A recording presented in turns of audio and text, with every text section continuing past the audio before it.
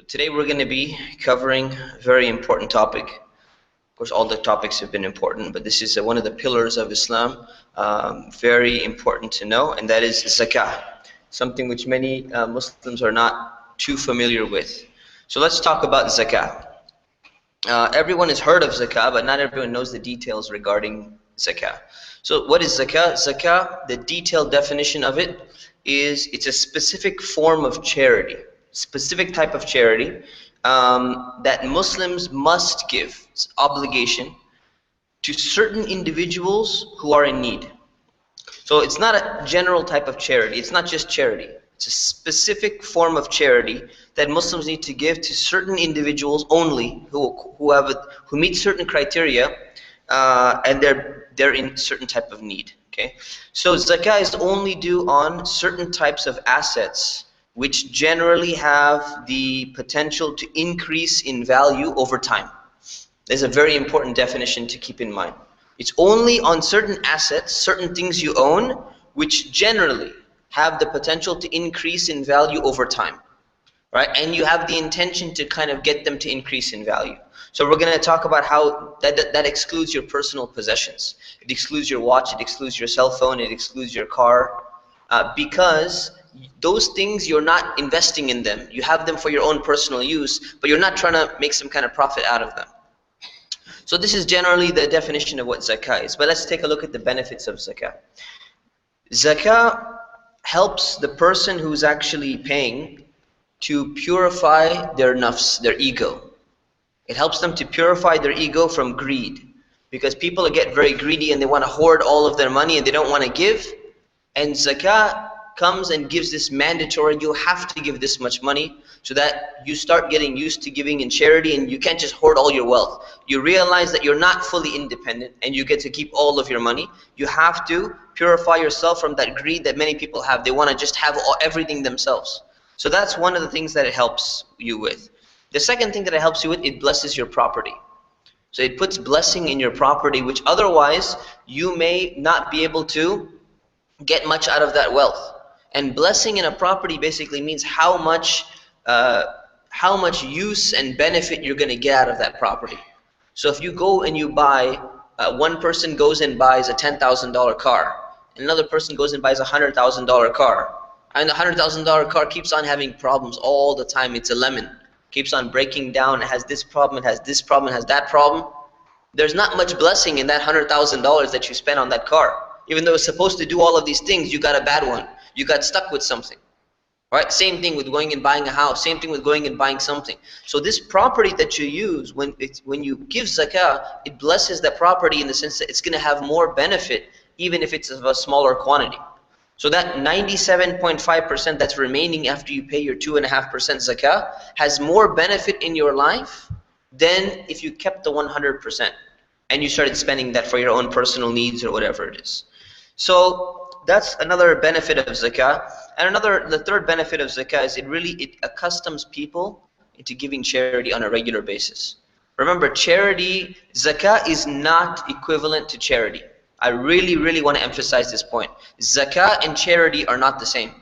Zakah is a specific subset form of charity. But charity is just you give to anyone who's in need. You put money in the donation box of the masjid.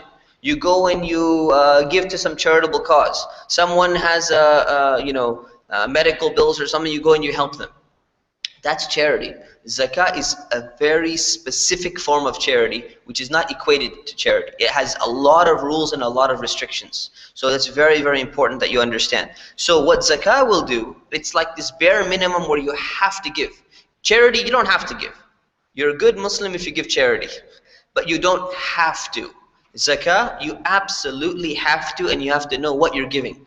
So the goal of zakah is that when you give this zakah, you give this mandatory charity, it's supposed to get you into the habit of becoming a charitable person, such that you start giving the other charity as well. This is zakah. Someone who only gives zakah and does not give any charity is basically Islamically considered a miser, because they've literally given just the bare minimum that's absolutely mandatory for them, but they didn't learn to give a little bit more on top of that throughout the year. So this is what's the difference between zakah and the difference between charity. So it helps people learn to give charity. So you already gave this much in zakah, you survived. You're okay. You can still buy, your watch, and you can still live your life throughout the year. You could give a little bit more and you'd be okay. People, the reason why they don't give, they're so afraid that they're going to become poor if they give some of their money away or something. It helps you. Once you learn to give a little, then you start saying, hey, this wasn't so bad. This is not so difficult. It's like exercising almost. Once you start to go to the gym a few times, this is not as bad as I thought it was. I could do this a few more times. This is exactly what the purpose behind zakah is. And also, it helps a person to be thankful for the blessings that they've been given.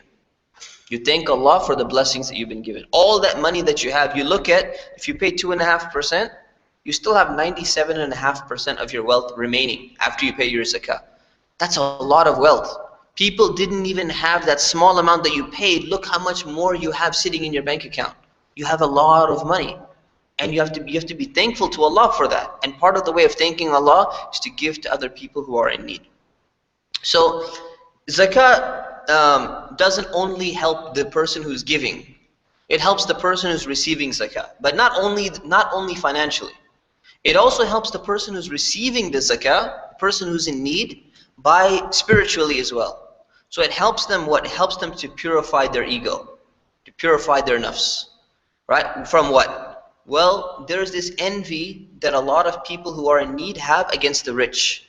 They have this hatred towards people who are wealthy, and almost like animosity against them.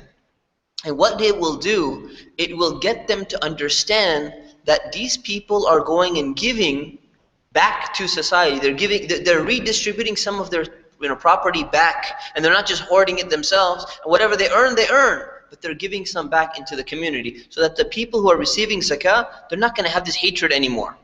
Even if they're in a difficult circumstance or something, they're going to say, you know what, that money's coming back to me, part of it, when I'm in bad circumstances. And this person might be in bad circumstances as well, and they'll get it for them as well. So the institution of zakah helps even the people who are in need to not only just cover their necessities, but to remove some of that hatred and that anger that they have. And if you look at it, it's interesting. If you look at recent philosophies like communism that was developed by Karl Marx, if you read his Das Kapital, you read Communist Manifesto, you read some of the other socialist literature out there, you find that one of the things that they were focusing on is there's this hatred from the poor or the proletariat or the working class against the wealthy, because they're not redistributing back. And this, according to him, is the cause of all the wars. Probably that's exaggerated, but it's a cause of many wars, because there's this jealousy and hatred between the rich and poor. There's a battle. Even in America, we see there's a battle between the left wing and the right wing, and between the liberals and between the conservatives. And a lot of it has to do with wealth. A lot of the issues have to do with money. So one of the things that zakah does, it helps to circulate and balance out this wealth among people, so that hostility is not there. So there's spiritual benefits as well that people have for the givers as well as for the receivers. And it helps to bridge the gap between rich and poor in the community. It allows wealth to circulate within a society, and that's very important, rather than just being hoarded by a few people. So now I want you to think about this.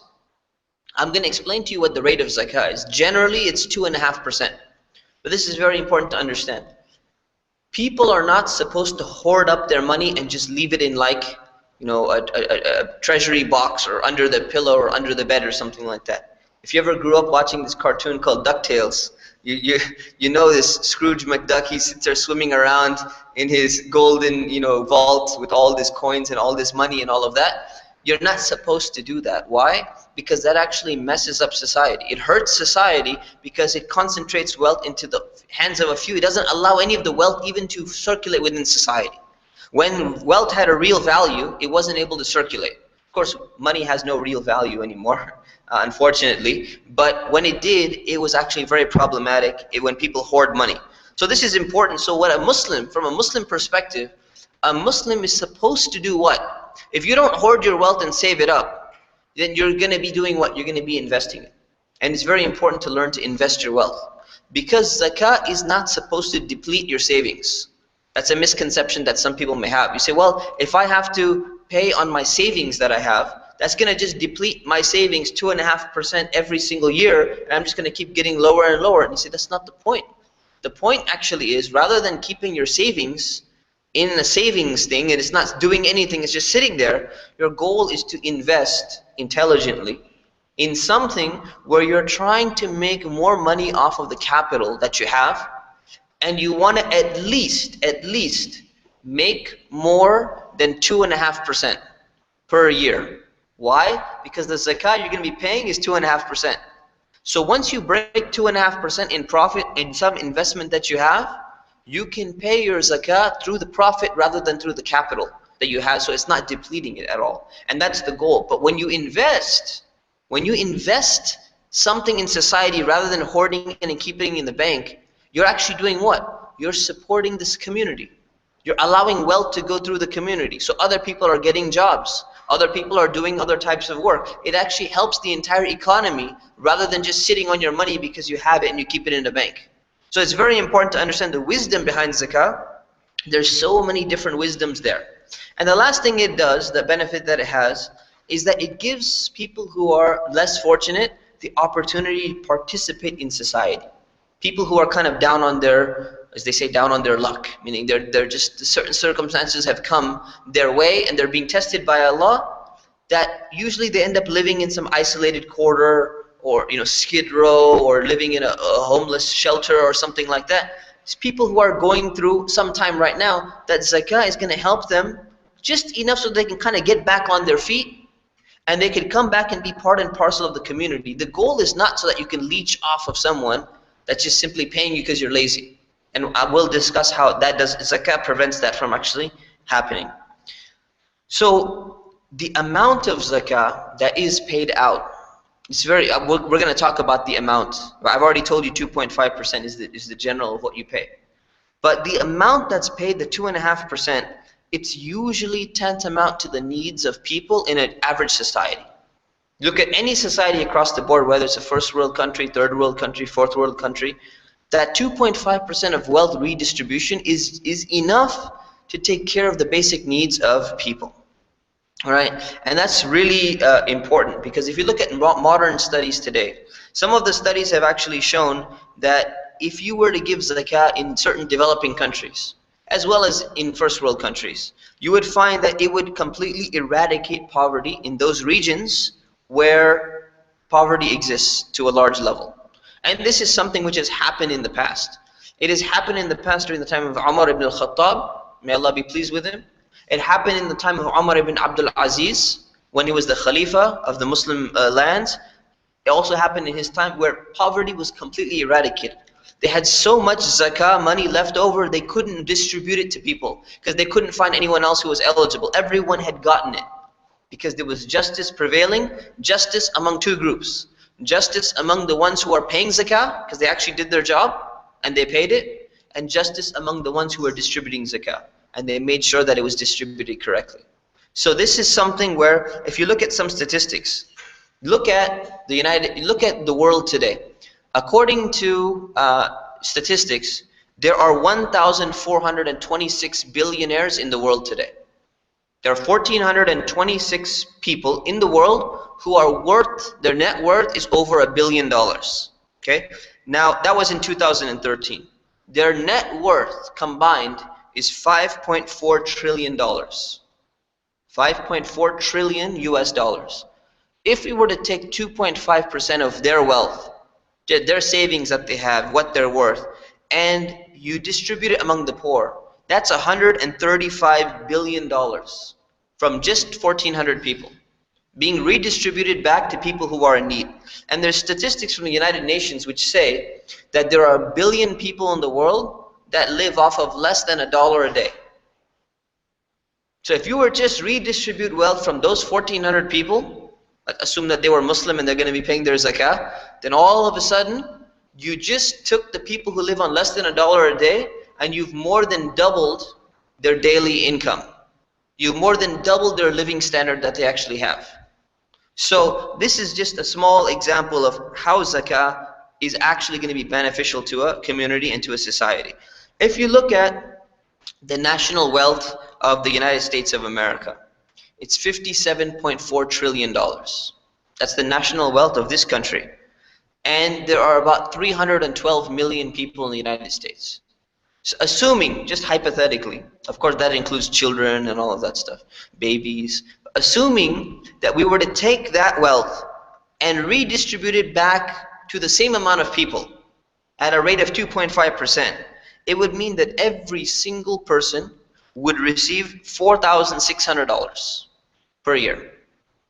If you did the same statistic in Australia, you would find that it's $9,532 per person, which is, in most places, perhaps outside of Orange County and Los Angeles, most places you could pretty much live a pretty decent life, meaning your rent payment is at least going to be taken care of. Your electricity and your utilities are generally going to be taken care of. You don't need that much left to really survive for the rest of the year. Your basic needs are taken care of, even in a wealthy country like America or Australia, let alone the third world countries and the fourth world countries, or whatever classification you give to those countries. So zakah being properly distributed, being properly paid, you can see the wisdom that it has in solving the problems of poverty and solving all of the disparity between the wealthy class and between the needy class and all of these things. That's why zakah in the Quran has been mentioned at least 82 times. 82 times, again and again, give zakah, give zakah, give zakah. Zakah is an important thing. And it's been mentioned side by side with prayer, with the conjunction and وَأَقِيمُوا الصَّلَاةِ وَآتُوا الزَّكَاةِ. Pray and give zakah at least 32 times in the Quran. Side by side. Why? Because it's trying to emphasize prayer and zakah go together. There are two very important things. One of them fulfills the rights of Allah, praying. One of them fulfills the rights of creation. So the rights of the Creator, praying, the rights of the creation, giving zakah and taking care of other people. That's why Allah is mentioning them side by side. A Muslim does not only focus on one aspect of worship, not only on social causes and not only on worship, but on both. So this is something really, really important. And then Allah gives a threat as well to those people who are miserly, those people who are stingy. And He says, those people who hoard up the treasures in this life, and they don't want to give zakah, they don't want to give charity, they don't want to do any of that, Allah is going to heat up all of that gold and that wealth that they have in the fire, and He's going to brand them on the Day of Judgment, so that they can be marked. First you get burned, and second you're being marked. You're a miser. You're a stingy person who wanted to hold on to all of your wealth. So zakah is not something we take lightly. It's something that we should take very, very seriously, which is why we're covering all of these things in detail. So moving on to the next point. So who needs to pay zakah in the first place? Who's responsible that they absolutely have to pay zakah? Well, the requirements are quite a few. The first requirement is you have to be a Muslim. So only Muslims, you have to identify yourself as a Muslim. So only Muslims are actually obligated to pay zakah. Now, if you live in an Islamic state, which doesn't really exist today, but if you were living in an Islamic state, that state would have the authority to collect the zakah if there was some need to do so. So if you define yourself, you identify yourself as a Muslim in an Islamic state, they have the ability and the right to take from your bank account 2.5%, from your business 2.5% every single year, and make sure that it's distributed back in zakah, assuming that they're a just state and they're doing this correctly, right? So that's number one. So, but non-Muslims who are living in an Islamic state are not obligated to pay zakah. So there can be no way of taking that wealth from them and saying, yeah, we're going to take it from the non-Muslims too. This is only something that's paid by Muslims or collected from Muslims if you're living in that region. But if you don't have a political entity like an Islamic state, then what do we do? Well, what ends up happening is every single Muslim is left to their own. That's their responsibility to pay out their zakah.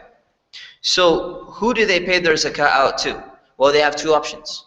Option number one is you go and you give it to a poor person or a needy person who falls in the criteria that we're going to be discussing. Or you give it to a regional Muslim organization that distributes zakah for you. And there are several of them. Okay, so these are some of the things, the ways that you can actually pay out your zakah, but this is who it's due on. Now, when we said it's due on Muslims, what about children, right? What about money or wealth that is owned by children, or someone who owns wealth but they're mentally handicapped. They don't have their full, they're not considered a mature adult, a sane adult. So in that case, do we consider them to be eligible for zakah or not? Well, Muslim scholars have had two opinions on this. One opinion is that the wealth is due on the zakah is due on the person. The obligation is on the person. And this was the opinion of the Hanafi school of thought. In the other schools of thought, they said, no, the obligation is on the wealth itself. So you're still going to be collecting it even if it's in the bank account of a minor. Even if it's in the bank account or the savings of someone who's mentally handicapped or something like that. Because that wealth has there's a responsibility that this wealth needs to be distributed to people who are in need. So these are the two opinions. What I would recommend is that there are many reasons why people today have money in their children's name. One of them is because their parents passed away and they're still young children, and usually someone is overseeing that money. So if that person is overseeing that money and he's making a lot of profit out of it, hopefully you're investing it. If the person is investing it and the money is accumulating, then it would be good to pay zakat from that. It would be nice if you did that, because the person is not losing any money in reality. Another reason is sometimes people, they say, well, I'm leaving this much money aside for my grandchildren's marriage. My grandchildren's wedding, I want to keep $25,000. I want them to have a really nice wedding, or I want them to get married or something like that. Technically, you have to understand, is that money really in their full possession, or do you still have some control over it? That's the first thing you need to ascertain. So if you have some control over it in the sense that if all of a sudden your business goes down, you lose your job, and now you have no wealth left, would you be able to pull from that money or not? If you would be able to touch that money, it's not really their money, it's partially in your control, even though it's being put in their name. That means that you would definitely have to pay zakat on that in all forms, in all cases. But if the money is 100% belonging to that child and you will have no access to touch it in any way, shape or form, then in that case, if you are, if you're saving money aside for someone like that, this is not considered like some very important need. This is like something that you just put on the side. Money should be, zakah should be paid from that side wealth that's being kept on the side over there. So we should not really neglect zakah when it comes to, even when it comes to saying, oh, I'm putting it in this account, or I'm putting it in that account, or something like that. So these are the two opinions, and of course it's nicer to pay as long as it's not going to be hurting that child. As long as it's not going to be really hurting that child. So that's number one. So category number one, Muslims will be paying. Category number two, you must fully possess the minimum amount of productive wealth. Keep in mind the word productive wealth. So like I said, the assets have to be productive in the sense that they can increase in value over time. So this is what we call nisab. And I'm going to keep using this term throughout the day, nisab. So just understand, what is nisab? Nisab is this minimum amount, this threshold of productive wealth that you possess, that if you have this much money, you have to pay zakah. If you have less than this much money, you don't have to pay zakah. In fact, you might be eligible to receive zakah. So this is what I mean by the minimum amount of productive wealth. It's called a nisab. So you have to have that, and we're going to discuss that very soon. And number three, you must possess that nisab, that minimum amount, for an entire year. And when we say in Islamic vocabulary an entire year, we mean an entire lunar year.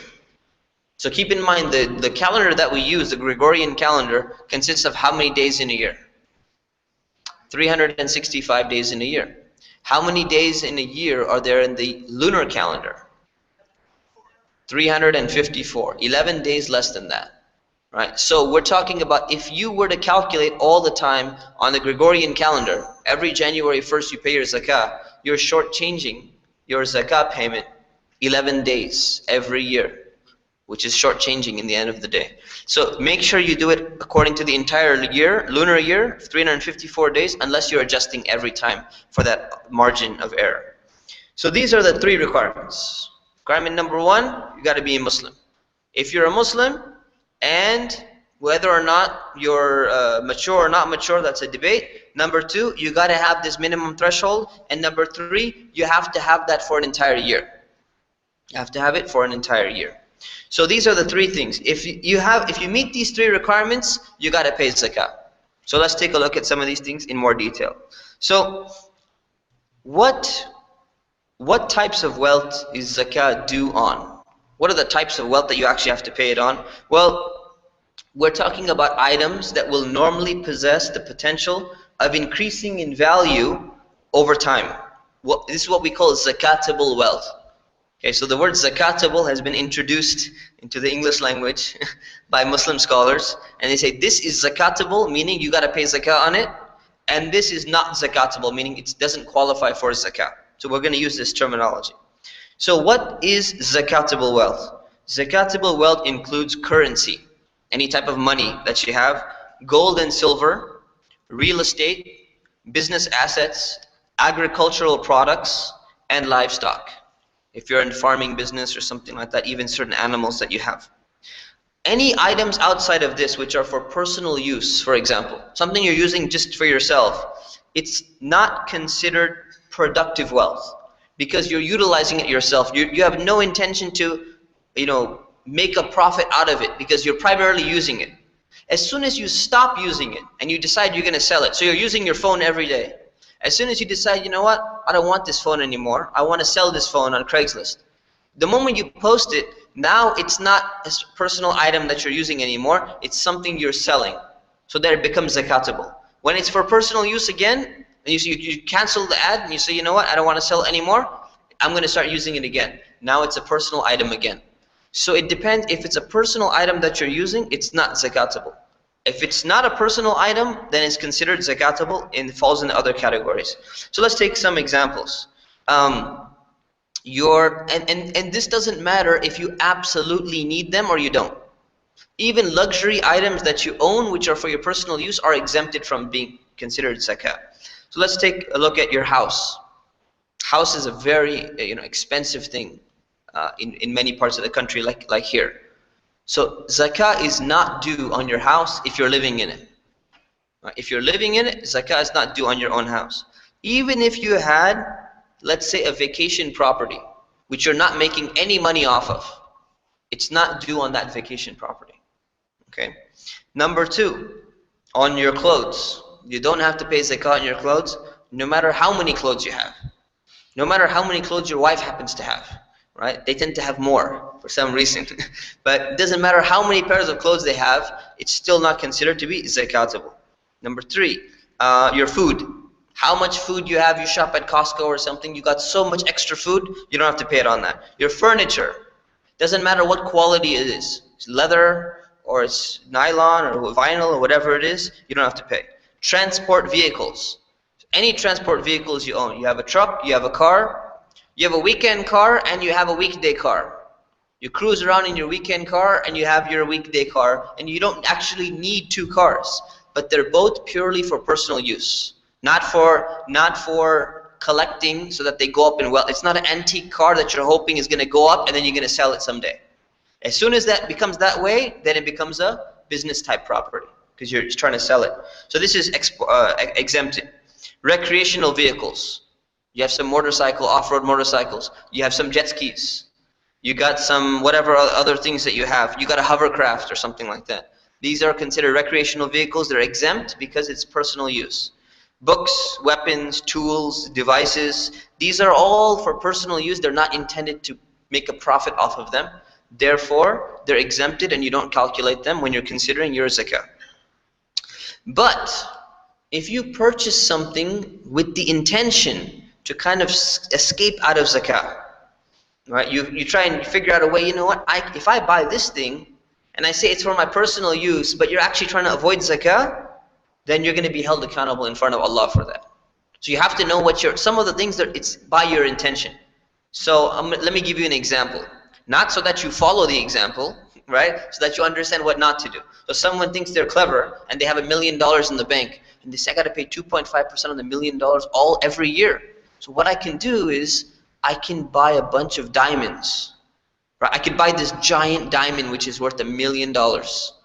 And I can keep that and I say, you know, this is for my personal use.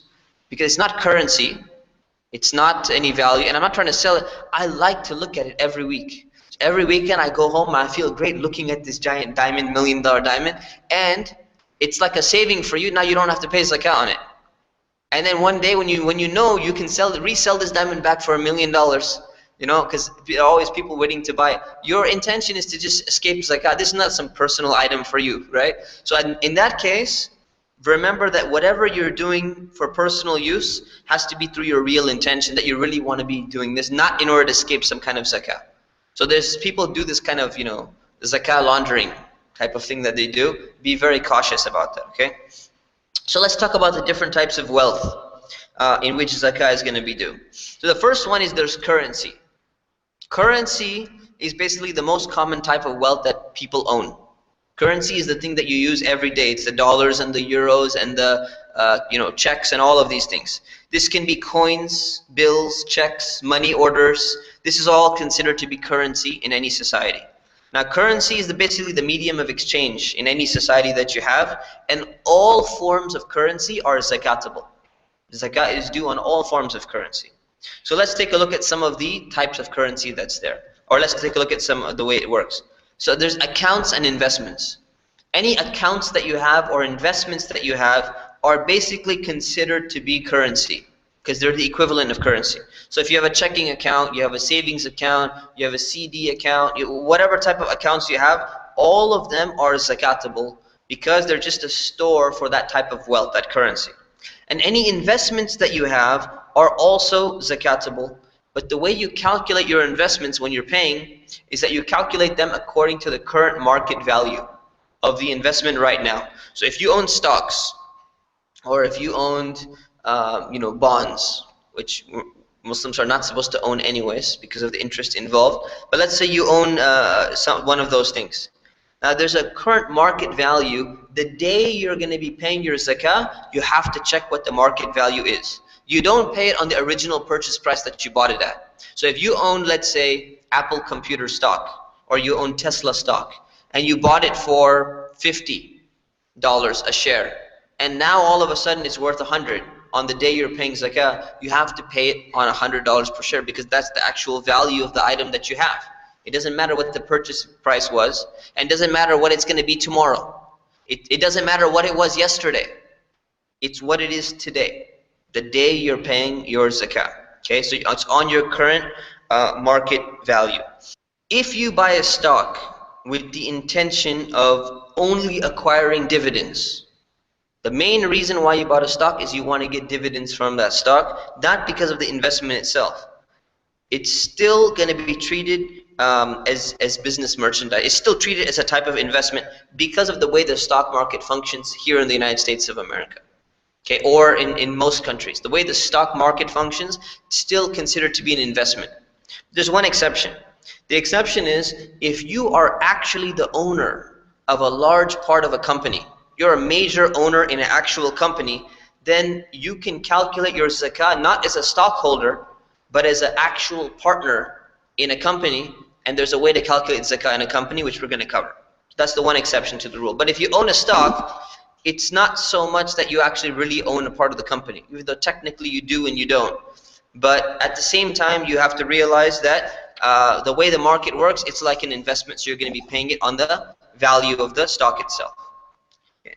Any investments which have a different currency value from the market value, like collectible items, collectible coins, vintage comic books and all of that, they're gonna be considered business investments as long as the intention is to sell them eventually. So let's say you bought the first Spider-Man comic book that ever came out, right? Amazing Fantasy 15th edition. It has like 10 cents on the cover. Okay, first time Spider-Man comic book ever came out. And you like to read that comic book, right? You would be really old nowadays because this was a long time ago. But you really like to read it, and every month you go and you read the comic book. And you have no intention of selling this, you just enjoy the comic book itself. The cover price that you had, this is considered to be personal use, so you don't need to pay zakah on it. But if you go and you buy the same thing, right, and you somehow got a deal on it, and it says, well, it says that it's worth 10 cents on the cover, but it's actually worth $10,000 because it's such a rare comic book. You have to pay the zakah on the $10,000 value of the comic book. Same thing with coins, for example. So if you own one of those really, really old $2 coins or $1 coins or something like that, which is really rare and valuable, and you're planning on selling it on eBay or something like that, you can't say, well, look, the coin says it's worth $1, but you're actually going to be selling it for $50. Whenever you buy a 1 ounce gold coin, Maple Leaf or something like that, or American Eagle, right? The US gold coin, 1 ounce coin. It's worth over $1,200 right now. But on it, it says it's $50. So you could say, well, it says $50, I'm paying zakah on $50. No, you're paying it on the actual value. So when do you consider it to be a personal item, and when do you consider it to be an investment? Which value do you use, right? When you're going to be considering it, if you're going to be able to sell it, and if it has some actual value, even if you're not selling it, it has some value. You have some gold coins and they say $50 on it. The market value of those coins is completely different. So you calculate according to the market value. So that's the principle that you use.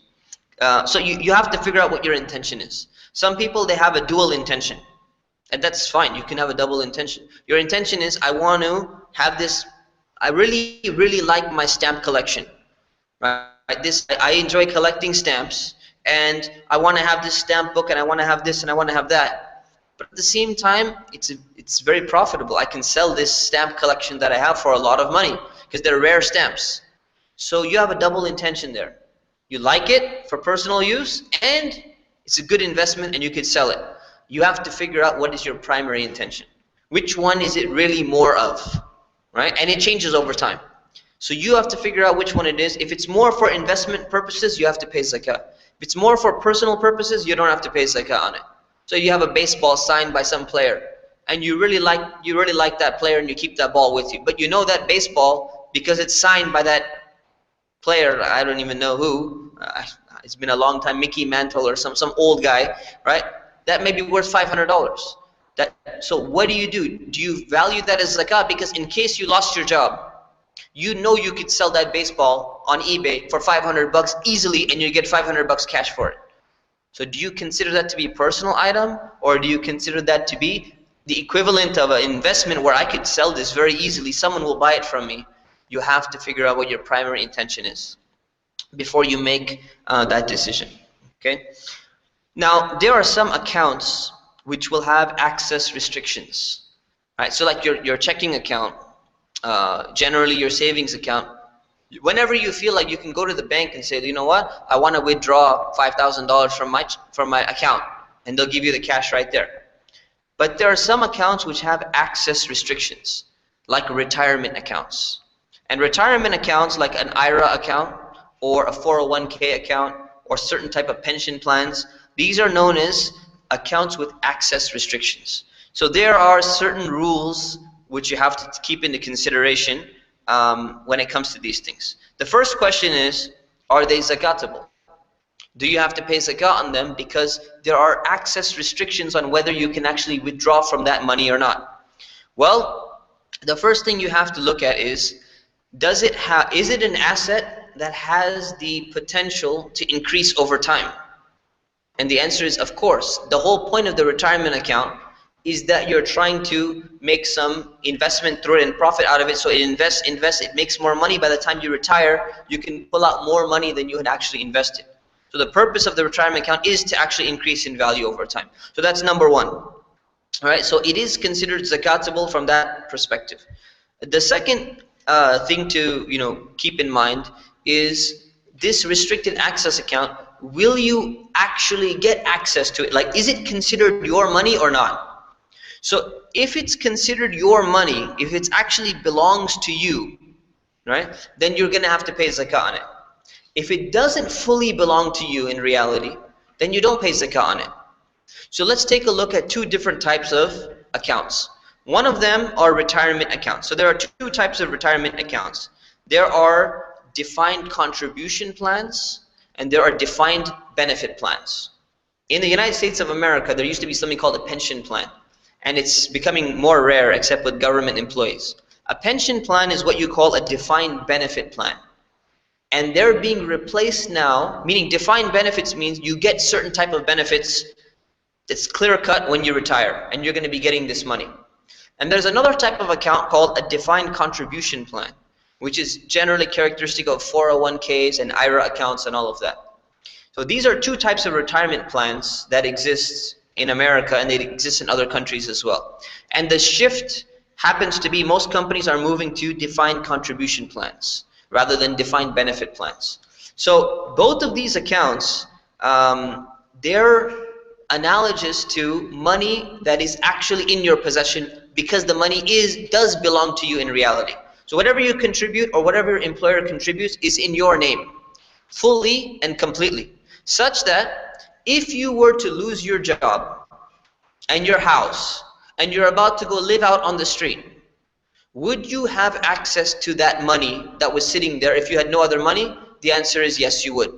You would get access to it with certain penalties and fees, but you would get access to it. So you would not end up being totally poor living in a box outside on the street.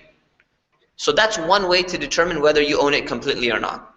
And the second is, does it inherit to your next of kin? So if you pass away, will your children and your spouse and your other people who are supposed to be inheriting from you, will they inherit that money that was there inside that retirement plan? And the answer is yes. They will inherit it as well. And you can define how you want them to inherit it. So when it comes to retirement plans, you have to pay zakah on retirement plans. They are zakatable. Whether it's 401k or it's IRA or it's Roth IRA or it's a pension plan from your company, it is considered to be zakatable. There's a second type of account, second type of plan, what we call, that resembles more of some type of insurance, like Social Security, for example. So you take the same principles and you apply it to Social Security, which you pay for. If you're working, you have to pay into Social Security on a regular basis from your paycheck. So now the Social Security resembles insurance more than it does you actually owning the wealth. And the reason for that is because when it comes to Social Security, if you lose your job and everything, the benefits will be coming to you, but not necessarily equivalent to what you had actually paid in and what it's worth. And if you die, if you pass away, your spouse can inherit your Social Security plan depending on how old she is. So the amount that she'll get if she's at retirement age is going to be more if she did not hit retirement age. And it's not going to be the same amount that you would have gotten had you reached retirement age. So Social Security is more of a type of insurance where someone is paying, agreeing to pay such and such on your behalf according to a certain type of equation. Whereas a retirement account is actually something where you own that money and you possess that money and it's in your possession, even though you may have restricted access to it. But you will have incidental access to that money. Now there are a number of other things to keep in mind, and that is that some people will say, well, why should I have to pay if I don't have access to the money? Well, let me give you a simple scenario.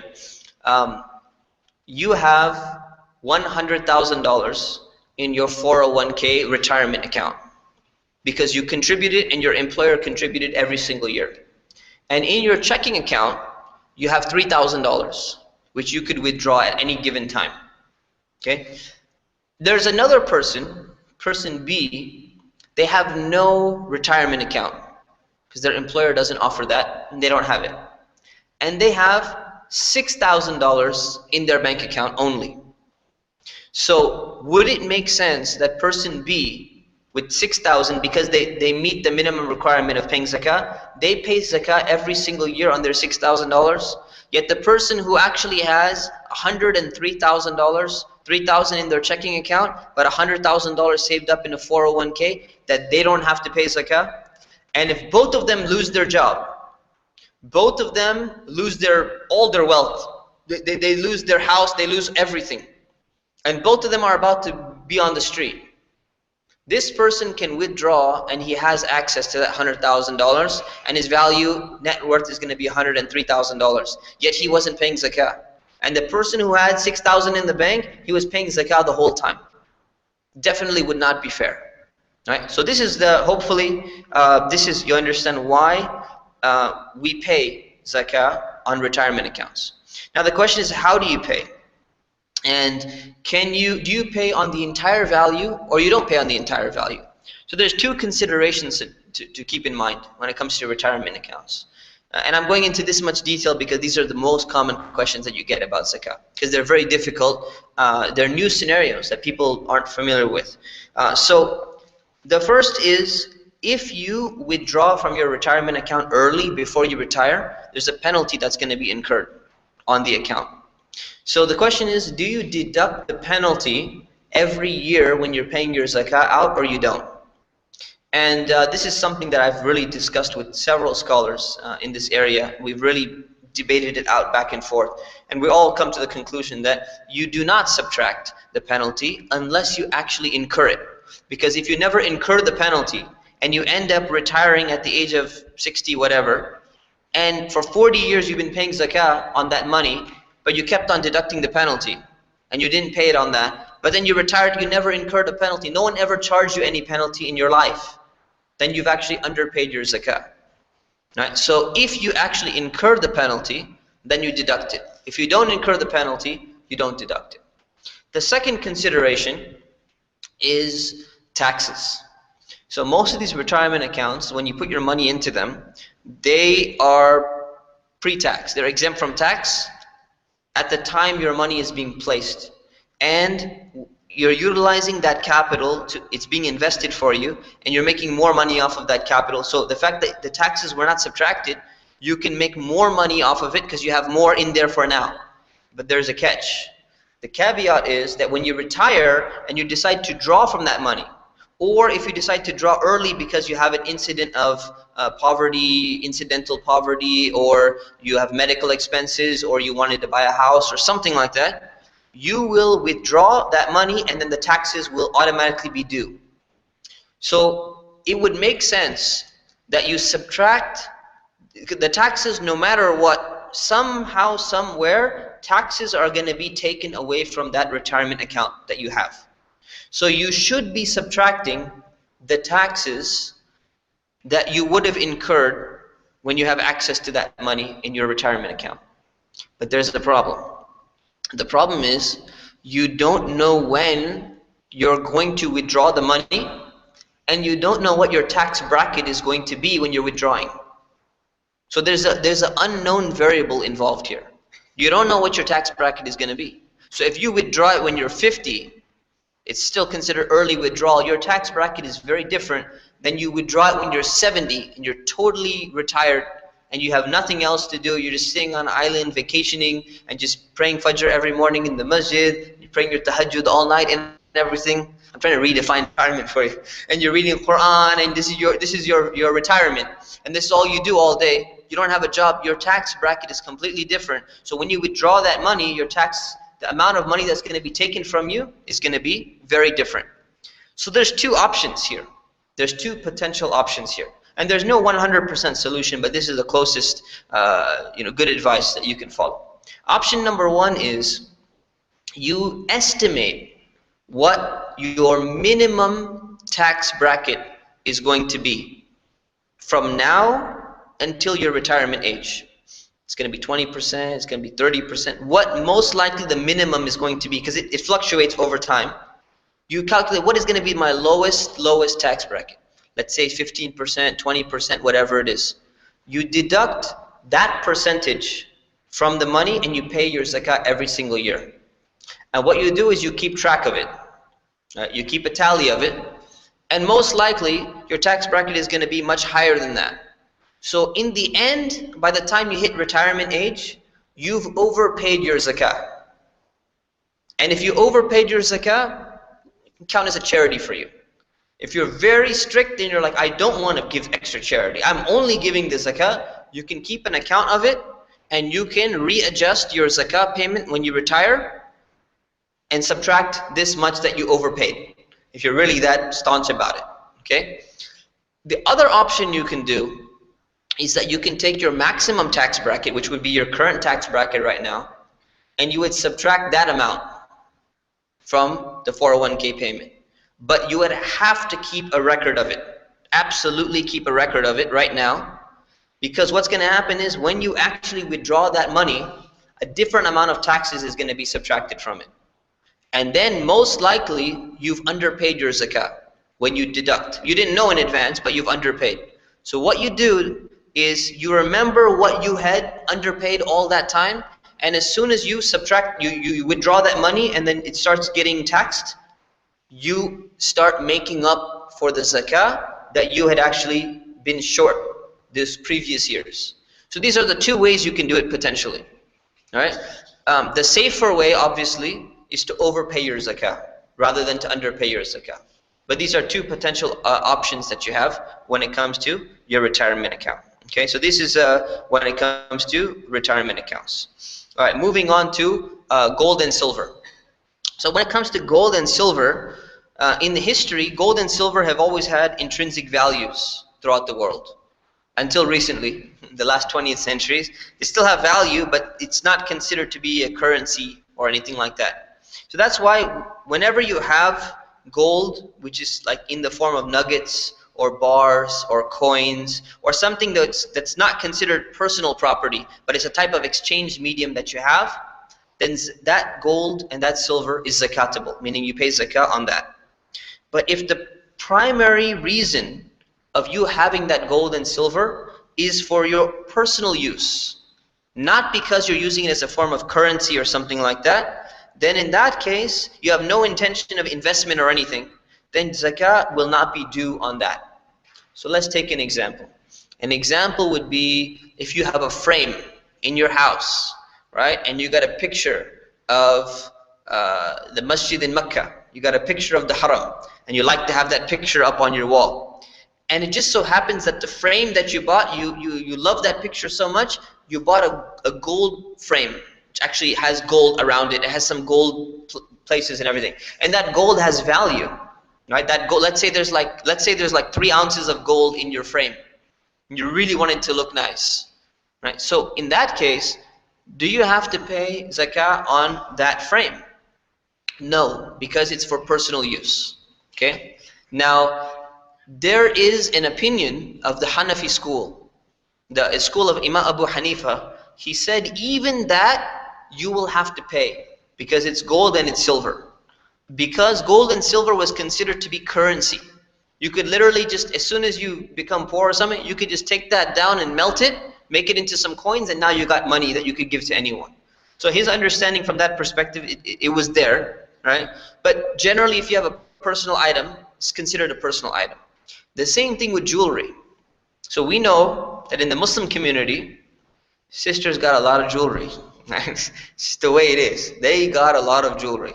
Most sisters are worth more than the net worth of their husbands because of their jewelry, right? True or not true? It's true, right? So what happens is, do you have to pay zakah on that jewelry or not? Well, it boils down to, is this considered to be purely for personal use, or is it considered to be for a type of investment? And many women, they have a dual intention in their mind. Right? If it was Imam Abu Hanifa in the Hanafi school, he says it doesn't matter what your intention is. Gold is gold, silver is silver. Whenever you need that money, you could just take it to the guy on the street. You know these big giant signs saying we buy gold, and he'll just go and do a little acid test real quick to make sure it's real gold. He'll melt it out there and he'll just give you cash for it. So you have straight up value.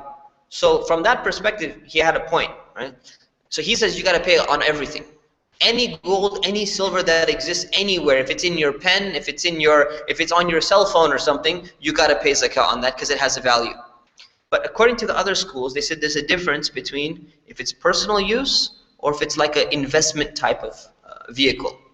So you really have to check your own intention, right? Your intention is this more for like, you know what, if my husband ever tries to mess with me, tries to, leave me or something like that, I got $100,000 worth of jewelry sitting in the bank, you can't threaten me with anything. That's an investment intention. And then there's other ones who say, hey, I have to wear a different gold necklace every single day because I went to fashion school and I'm just stylish like that, So that's the reason why I'm going to do it. So it really depends on your intention. My advice would be, if you want to be on the safe side, and you just want to pay a little bit extra, go with the opinion of Imam Abu Hanifa. Okay?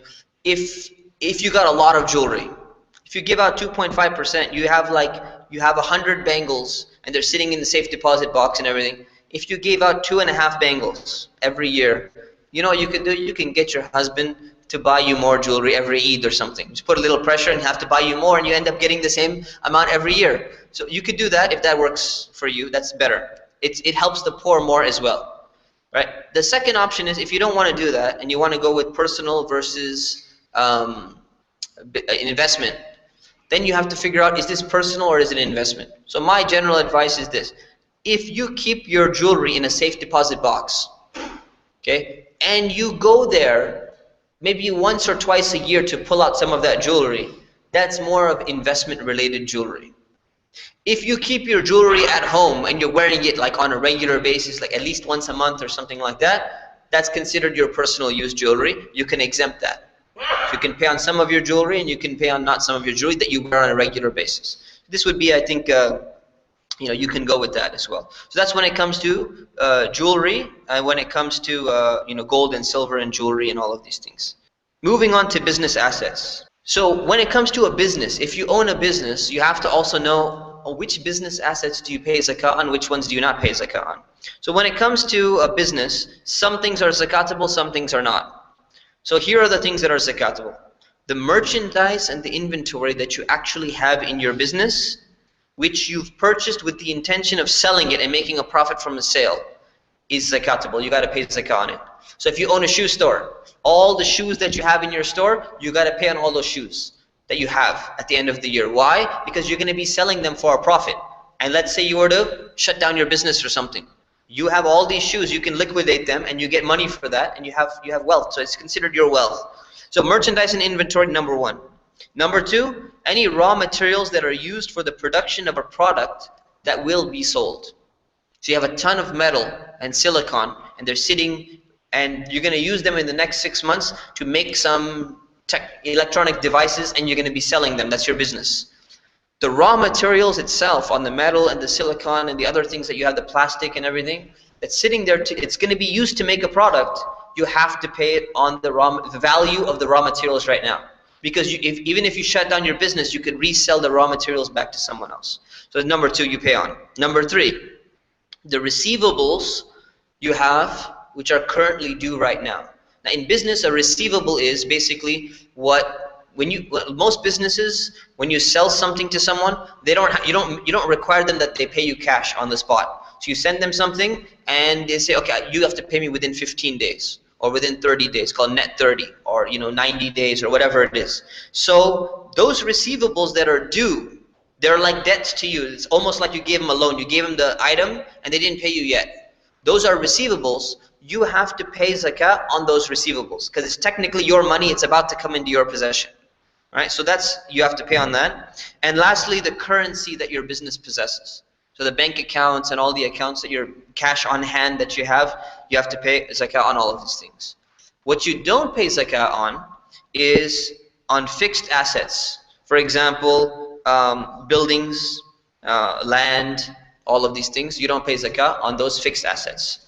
Number two, assets which are rented out for profit. All right. So for example, real estate.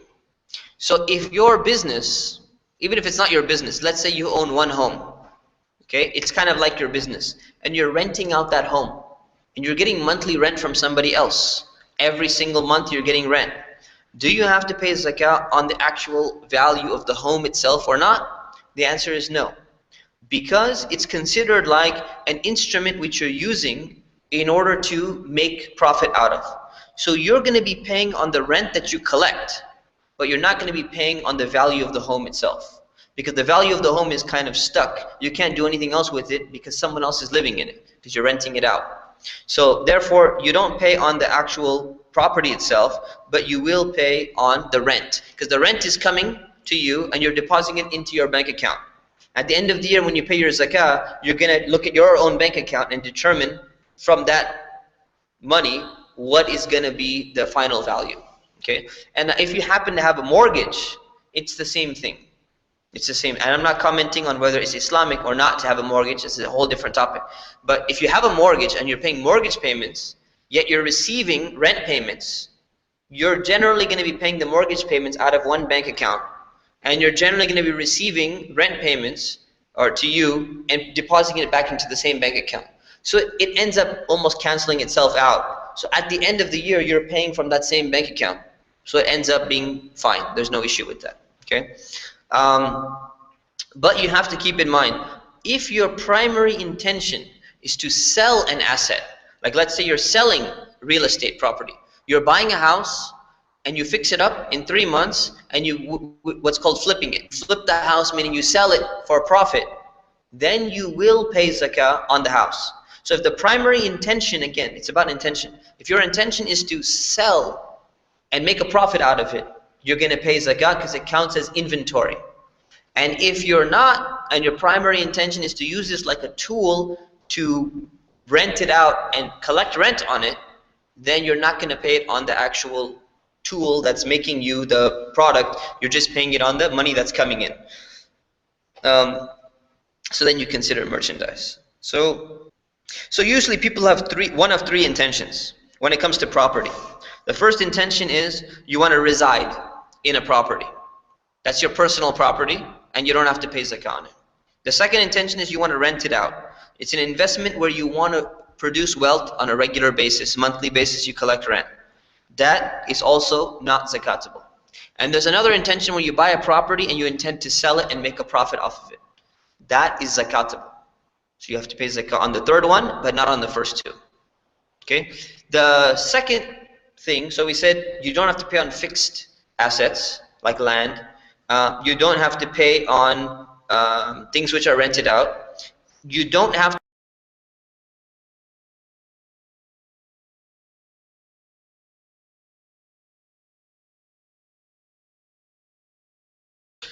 getting to what this minimum amount of nisab really is. So we kept on saying nisab, nisab. So nisab is this minimum amount. So how do you calculate what the minimum amount actually is? Well, the minimum amount is basically it's a threshold actually. So anyone who owns less zakatable wealth below this threshold, they don't have to pay zakah. And if they own above this threshold, they have to pay zakah, even if it covers all their expenses and everything like that. Even if, let's say, they're below the threshold and they have all their expenses covered, they're not considered to be poor in their society. They still don't have to pay zakah because that's the threshold that you pretty much meet. Because they're generally not considered well off. So it's not just like abject poverty, but it's someone who's still not at the level of being kind of wealthy. We're going to talk about it in a second. But there's another condition is you have to have full ownership of that wealth. And you have to have access to that wealth in order for it to be considered your wealth in the first place. So, if someone took something from you and it belonged to you and you can't get it back, and you say, well, that was worth $10,000, but I have no other money besides that, it's not considered to be in your possession, really. So you don't count that. Right? So there are different assets. Different assets have different minimum amounts, different nisabs. Now usually wealth is in the form of money. So wealth in the form of money has a specific nisab, which is one of two things. It's either 85 grams of gold or 595 grams of silver. And that's pure gold and pure silver. So if you have 85 grams of gold equivalent or 595 grams of pure silver, you have to pay zakah if you have more than that wealth. And if you have less than that wealth, you don't have to pay zakah.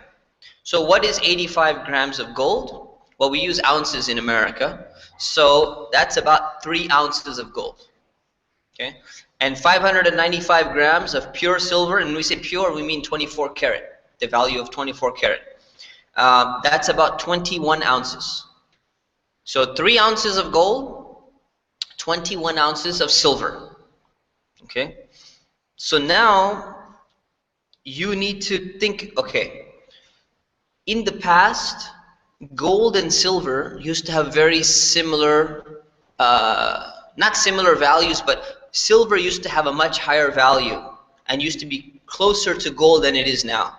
So if you look at the figures now and you say, well, 3 ounces of gold should be almost equivalent to 21 ounces of silver. It used to be the case, but it's absolutely not anymore. And there are many economic reasons, historical reasons why that's not the case anymore, but silver has devalued completely. So we're talking about a major difference now in the values. In the past, it used to be very similar. So if you had 3 ounces of gold or 21 ounces of silver, you're kind of almost at the same region.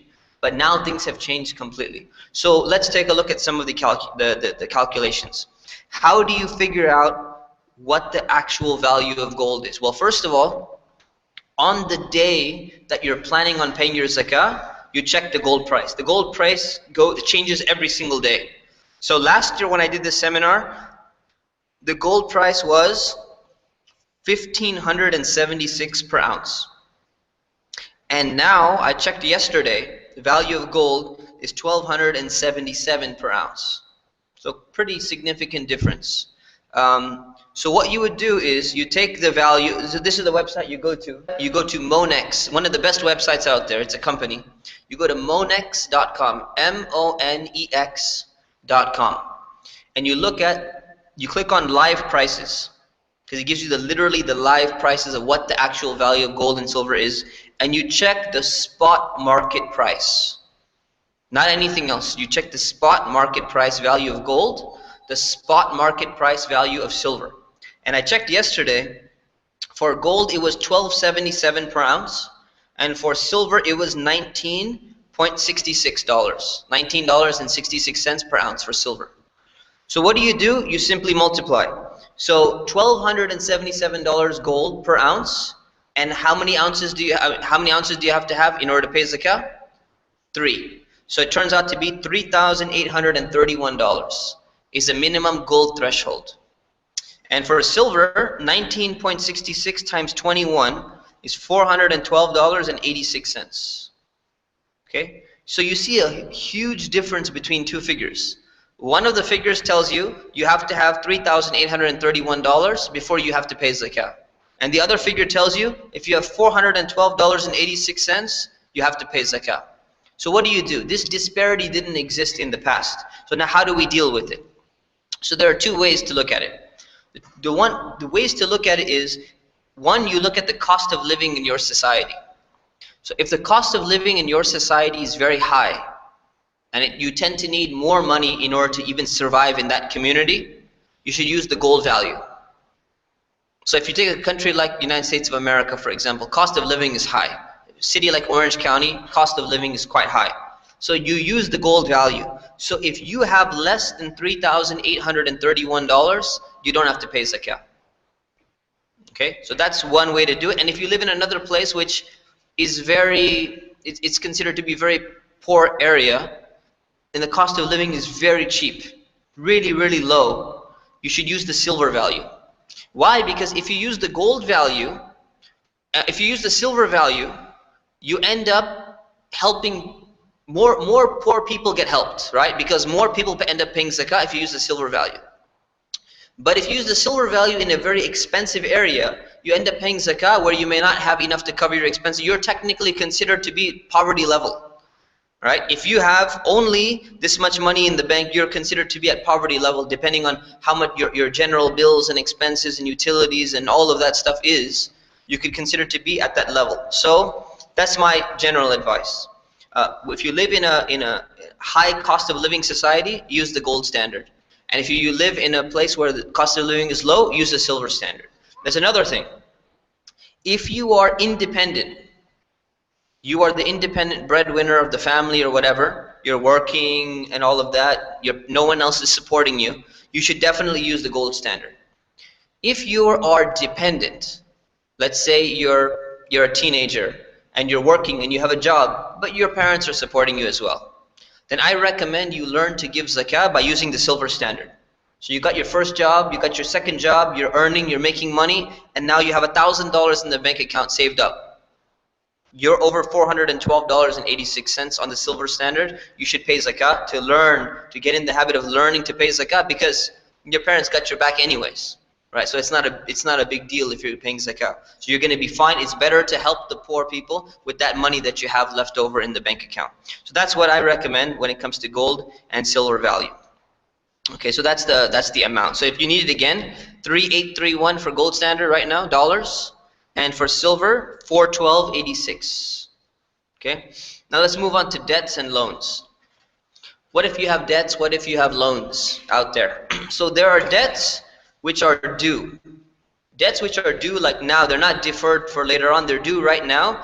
They can be subtracted from your wealth when you're calculating the nisab.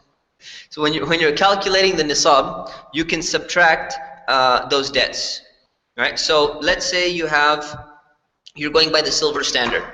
You have $1,000 in the bank, okay? So you're above the standard, but then you owe $900 on something you had bought. So what do? In actuality, you fall below the level, so you don't have to pay zakah because you subtracted your debt that you have. So you can subtract your debts. But if you have long-term debt means it's not due right now. Like people who have mortgages on their house, they have car loans, right? They have student loans. You can't just say, well, I'm going to subtract that. Because all the people who have a $400,000 home and it's on a mortgage, and they say, well, I only have $150,000 in my bank account, but I still owe $300,000 on my house. Therefore, I'm actually in debt technically, so I never pay zakah. That would be ridiculous. Unfortunately, some people do that, but it's ridiculous. So make sure that that's not the case. You only subtract debt that is due right now, that you have to pay. When it comes to a mortgage, when it comes to a student loan, when it comes to a car loan, it's not due like on the spot right now. You have monthly payments. So when you can subtract your monthly payment, but you don't subtract the entire value of the loan because you're not actually required to pay it right now. Okay? So you cannot subtract that. But you subtract the current installment that's due right now. That's it. Now, if you have unpaid rent, you want to be very picky and particular about your zakah. You want to just pay exactly the right amount. What do? If you have unpaid rent or mortgage or monthly bills, they're considered to be debts as long as they're currently due right now, and you can subtract them. So for example, if you're paying zakah, if it happens to be that you're paying zakah on the 2nd of the month, and your rent is due on the 5th of the month, right? When was your rent actually due? Okay, it was due in the sense that it became obligated. You got the bill, you get your bill on the 1st of the month, but you have 5-day grace period to pay your rent, right? So if you were paying your zakah on the 2nd of the month or the 3rd of the month, yet you have not paid your rent, you've not given them the check yet, they've not cashed your check and taken it from your bank account, you can, because it's due right now, you have to pay it, you can subtract that rent amount from the zakah that you're going to be paying. But if you are paying on the 20th of the month, and you say, well, I have a next month's rent payment due, and I'm paying zakah right now on the 20th of the month, your rent is not due right now. So you cannot subtract the future month. Otherwise, you could subtract 2 months and 3 months. So I want to subtract the whole year. Well, obviously, you're not going to have anything left. So you can't do that. So you only subtract what is due like right now. Same thing when it comes to bills. Your gas bill, your electricity bill, your cell phone bill, your credit card bill. If it's been billed to you and you've not paid it yet, like your credit card bill comes, and they usually give you like 15 days to pay it or something like that, right? So if you've received your credit card bill, and let's say it's a big amount, $3,000 or something, you can subtract it as long as you've received it. But if you're slick and you use like mint.com app or something like that, checking your finances, and you say, well, my credit card bill that's coming up is going to have this much money, but it's not been billed yet, you cannot subtract it because it's not technically due yet. Okay? So, well, actually no. Now take that back. Technically, because when you buy something with a credit card, that is like a loan. So you do have to pay that. So you will subtract that. So when it comes to credit card, you can subtract. When it comes to another bill, like your future cell phone bill, they bill you in advance, right? So if it's not been incurred yet, then you can't subtract that. You can't subtract something that's in the future. Something that's already occurred and you've used a service that you owe money on, in that case you can pay it. Like your internet bill, or your TV bill, which you should probably disconnect anyways for the good of your family.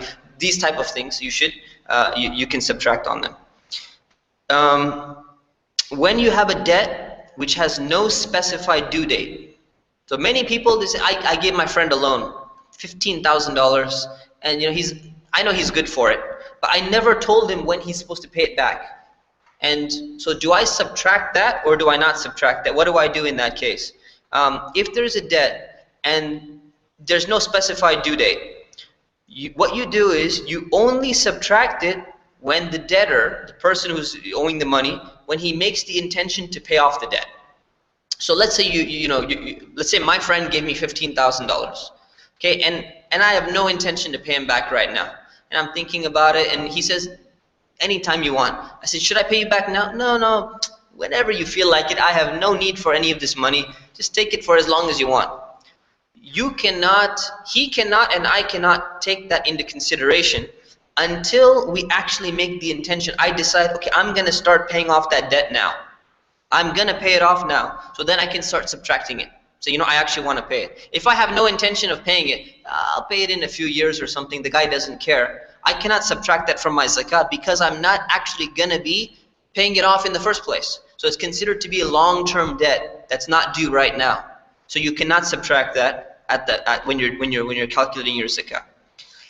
If you decide to pay off part of the debt now and you decide to defer the rest, to say, okay, I'll give you $2,000 right now and I'll pay you the rest later. What is later? You don't know when later is. So what you do is you only subtract that part that you're planning on paying off right now. You can't just subtract the whole thing. Okay, so just keep that in mind. What if you loan money? So that's what if you owe someone money, right? You owe the credit card company, you owe your cell phone company, you owe your landlord, all these bills and everything. These are like debts that you owe. Then there's a loan. What if you loan someone else money? You loaned out your friend $5,000, and now you're going according to the gold standard, and you have $3,000 in your bank account. So you're above or below the zakat standard? You're below, right? So technically, you owed the person, you loaned him $5,000, right? Do you consider that $5,000 to be part of your money? And you say, actually, my net worth is $8,000 because that's $5,000 of my money that he owes me. Do I say I'm worth $8,000, I have to pay zakah? Or do I say, no, that $5,000 is not in my possession. I only have $3,000 in the bank account. I don't have to pay zakah. So what do you do? So if you've loaned money and it's possible to collect the money because the person has the ability to pay you back. They actually have the money and they can pay you back, but they're just waiting and you're waiting too and everything. Let's say you're like a good friend. So just pay me back whenever you want. And the guy has the money and he can pay you, but you just don't get around to calling him or something. It makes no difference for you. It's considered to be in your possession because you have the possibility to ask for it anytime within the year and they will get you the money. So you consider that money to be in your possession and you got to pay zakah on it. So if I have $3,000 in the bank and I loan my friend $5,000 and he's got the money and I just didn't have the time to even ask him for the money. And now my time comes around to pay zakah. And I look and I say gold standard is $3,831. I only have $3,000 in the bank. But he owes me $5,000. And anytime I feel like I can get the $5,000 back from him because I know he's good for it and he has the money, that money is considered to be in my possession. I have to pay zakat because I'm actually worth $8,000 whenever I feel like collecting. So if it's possible to collect it, it's considered to be in your possession. If the debtor does not have the ability to pay your money back, see this guy, I loan him the money, every time I call him, he doesn't have the money, doesn't have the money, doesn't have the money, I can't get my money out of this person. In that case, it's not considered to be in your possession, so you don't take it into consideration. But once you recover the money, let's say 5 years down the road, I'm so sorry, I know I needed to pay you that money, but I didn't have the money until now, I finally got the money now. I'm going to pay you now. As soon as they pay you, now it's considered to be back in your possession and you start calculating zakah from this point in time. Okay? So that's when it comes to debts and loans. Okay. When do you pay zakah on money?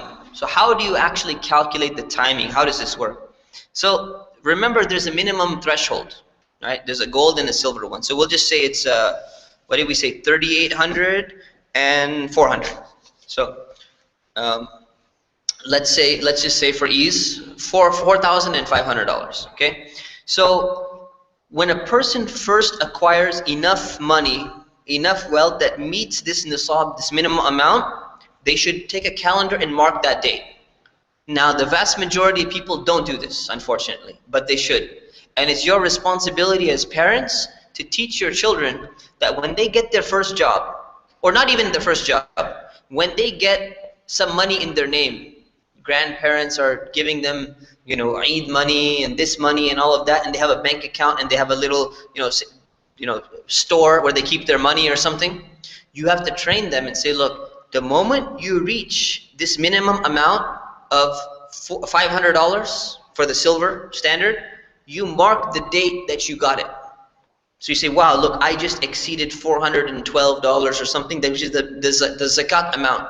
So you put that date, let's say it's June 16th of the year, and you mark it. And you say, mashallah, now I'm a person who's eligible that I have to start paying zakat.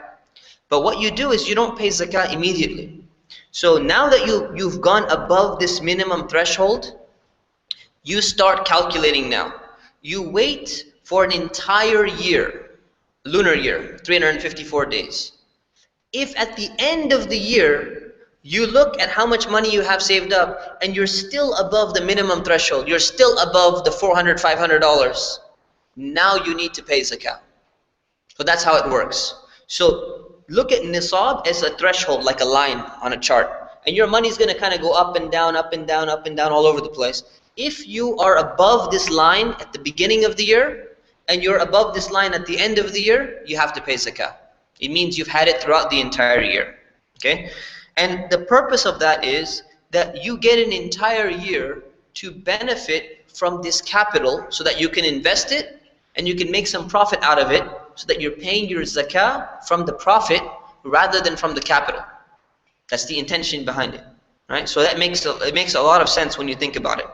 So you mark the calendar and then you wait 1 year. So June 16th happened to be the date. Okay? So you calculate 354 days after that, because remember, you can't use June 16th of the next year, because that's 365 days.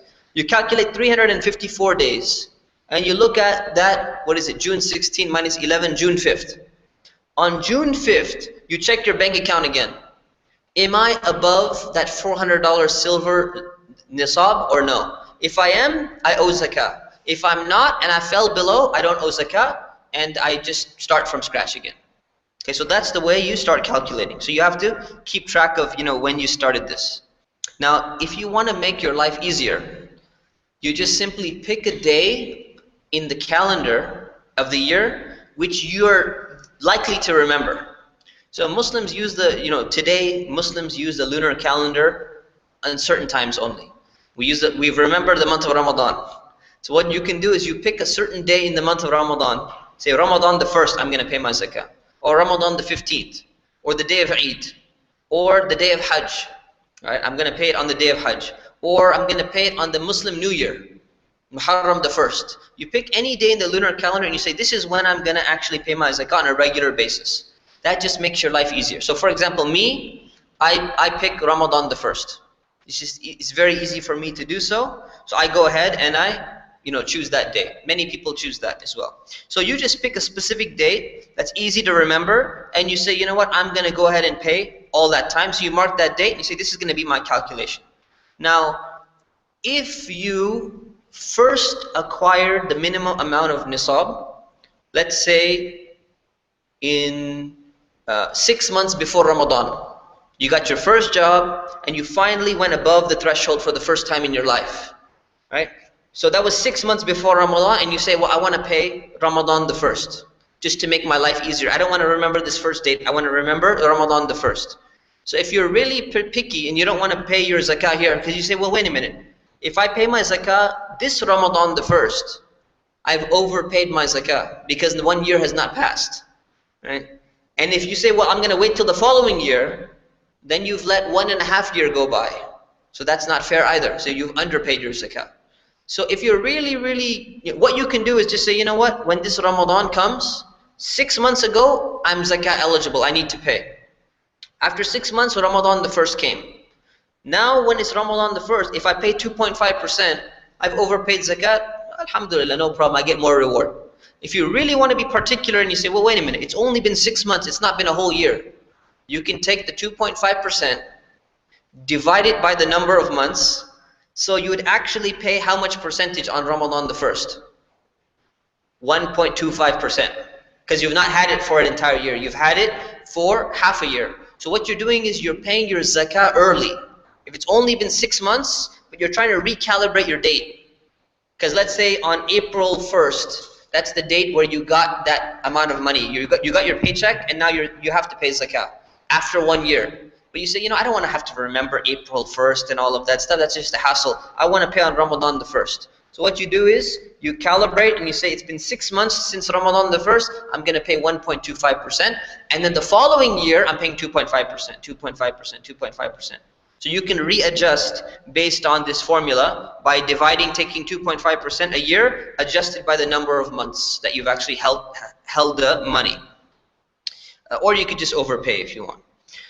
Now, zakah needs to be paid out as soon as it's due. Immediately, when it's due, you have to pay your zakah. If you delay even 1 day, you're sinful for not paying your zakah out on time. It's a very serious, it's like prayer, right? Zohar prayer is Zohar prayer. When the time comes for it, you don't say, oh, I'm going to pray in the evening. You have to pray that prayer at a certain time. Same thing with zakah. As soon as it's eligible, as soon as it's due, you have to pay it. But you're allowed to pay in advance. So if you wanted to pay your zakah in advance, you can do that. Let's say there's an emergency. There's a hurricane, tornado in some part of the world, an emergency relief organization comes and says, we absolutely need some help. And you say, you know what, I would like to give charity, but I can't give any charity right now. What you can do is you can give your zakah money in advance, and then you can adjust it when it's time for you to actually pay your zakah. So you're allowed to pay in advance, but you cannot delay payment. So how do you calculate? So getting back to how do you actually calculate zakah on money? And this is obviously the most important part.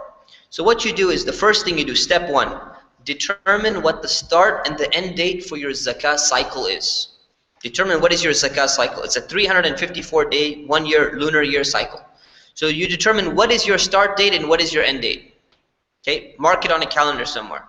You add up your assets, all your zakatable assets, add all of them up. Your stock market investments, your bank accounts, your the stuff that you're selling on eBay and this and that. Add up all of that stuff, subtract all your debts, right, from that amount, and then you determine, does it meet the minimum amount or not, according to gold or silver. Do you fall above the minimum amount at the beginning of that year and at the end right now at the end of the year? Did you fall above that amount? And if you did, you pay 2.5% on the amount that you have now at the end of the zakah cycle. This is a huge misconception among Muslims, so I'm going to highlight it for you. If at the beginning of that year, the zakah cycle year, you had $5,000 in your bank account, and at the end of the zakah year, you have $25,000 in your bank account. Some Muslims will say, well, you only had the $5,000 for the entire year. The $25,000, the other $20,000, it came somewhere in the middle of the year. So you've not held on to it for an entire year. But that's not the way it works. You pay 2.5% on the end balance that you have, which is $25,000. Right? And the reason for that is because the nisab is a threshold. It's a line. As long as you're above the line at the beginning of the year and you're above the line at the end of the year, whatever amount you have at the end is the amount you pay the 2.5% on. Because your wealth will always fluctuate. It will always fluctuate in terms of what's going on. So you have to pay at the final balance that you have at the end of the year. So I hope this is very clear. I'm going to say it one more time to clarify so that you can tell your friends and family. If you have $50,000 at the beginning of the year, and at, let's say, one day before Ramadan the 1st, you're calculating your zakah on Ramadan the 1st, 1 day before, somebody gives you a gift of $50,000. Now you're worth $100,000. You pay zakah on $100,000, not on $50,000. Right? So this is very important. And I can explain to you if you want to debate. Everyone likes to debate the logic of that with me. I can debate the logic of that with you in the Q&A session. Right? So because so it's common that your wealth is going to drop. Now another thing is, if you break the nisab at the beginning of the year and then your money goes in the middle of the year below the nisab. So let's say you have $500 in the beginning of the year, and then in the middle of the year you drop down to $200, and then you go up to $800, then you go back down to $100. Let's say Ramadan, the first is your zakah cycle. If it comes back up to $500, in the middle you had dropped. As long as you had it in the beginning of the year and in the end of the year, you still pay on the final balance. Okay, so it doesn't matter if you're dropping below or you're not dropping below. Okay, so that's another important thing to keep in mind, because wealth will always fluctuate throughout the year. It's very natural that it's going to fluctuate up and down. You can't keep resetting all the time. If for some reason that your money was destroyed or lost after your zakah was due, so Ramadan the first, let's say you decide, this is my zakah, I owe this much money, I'm calculating my 2.5%, I'm about to go and give it to the charitable organization. You're driving with cash in your pocket to the masjid to give them the zakah money to distribute for you, and all of a sudden it's destroyed. You know, it's lost. Somehow your children accidentally poured acid on it. A very rare scenario, but something happens that it gets lost, it destroyed somehow. Do you have to still pay it? Is it still eligible? The answer is no. You don't have to pay it as long as it was not your, let's say someone stole it from you. Right? Someone stole your money. Okay, there's some disaster or something like that. It doesn't mean if you spent all the money, you say, you know what, wow, there's such a great sale, and you're on the way to give the zakah money. I have to buy that sofa, and you go and you buy that sofa, and you come to the masjid and say, I don't have any zakah money left. As long as it's not your fault, right? You don't have to pay that money. If it's your fault, then obviously you still have to pay that money. So let's take a look at a zakat table here. Should be a zakat table up here. This is how you calculate. All right. So what you do is look at all the cash that you have in your possession. Count everything. So at the end of the year, you check your wallet. You check under your bed. You check wherever you hid cash. If you have an emergency backpack, you put like $100 in the emergency backpack, you check there too. You check in your little shoebox that you used to keep some money there, you check over there. If you used to use like $50 bills as bookmarks in your books, you check your books. Calculate all the money, all the cash on hand that you have, change and everything. Write it down in the chart. Okay, write it down. Then you take, these are your assets. Then you take your bank account balance. Every bank account that you have, your checking account, and your savings account, and your this credit union bank, and your this bank, all the accounts, foreign accounts, your offshore, Swiss, Cayman Islands accounts, all of that stuff, your money that you have in your safety deposit box that you are kind of hiding with your key and everything, all of that, and you write it down here as well. So you write down all the cash you have, write down all the bank account balances that you have, add them up. You take the market value of all the investments and all the securities that you have, all the stocks, all the bonds, which you shouldn't be having in the first place, but everything that you have, you write it down, you put it there as well. Okay? Then you take all the merchandise and inventory that you have that you're selling right now. So let's say on Craigslist, your iPhone is for sale, because you wanted to get rid of it. And you have your old computer, it's also for sale. Look at the value that you're actually selling it for, and the value that you're probably going to get for it, and you write that down as well, because that's going to be zakatable. And if you have a business, you put the merchandise inventory, right? And then you take your accounts receivable, if you have a business, or your debts and your loans, right? And you write it down. What do people owe me that they're supposed to be paying me? This guy owes me $50 and he should be paying me by next week.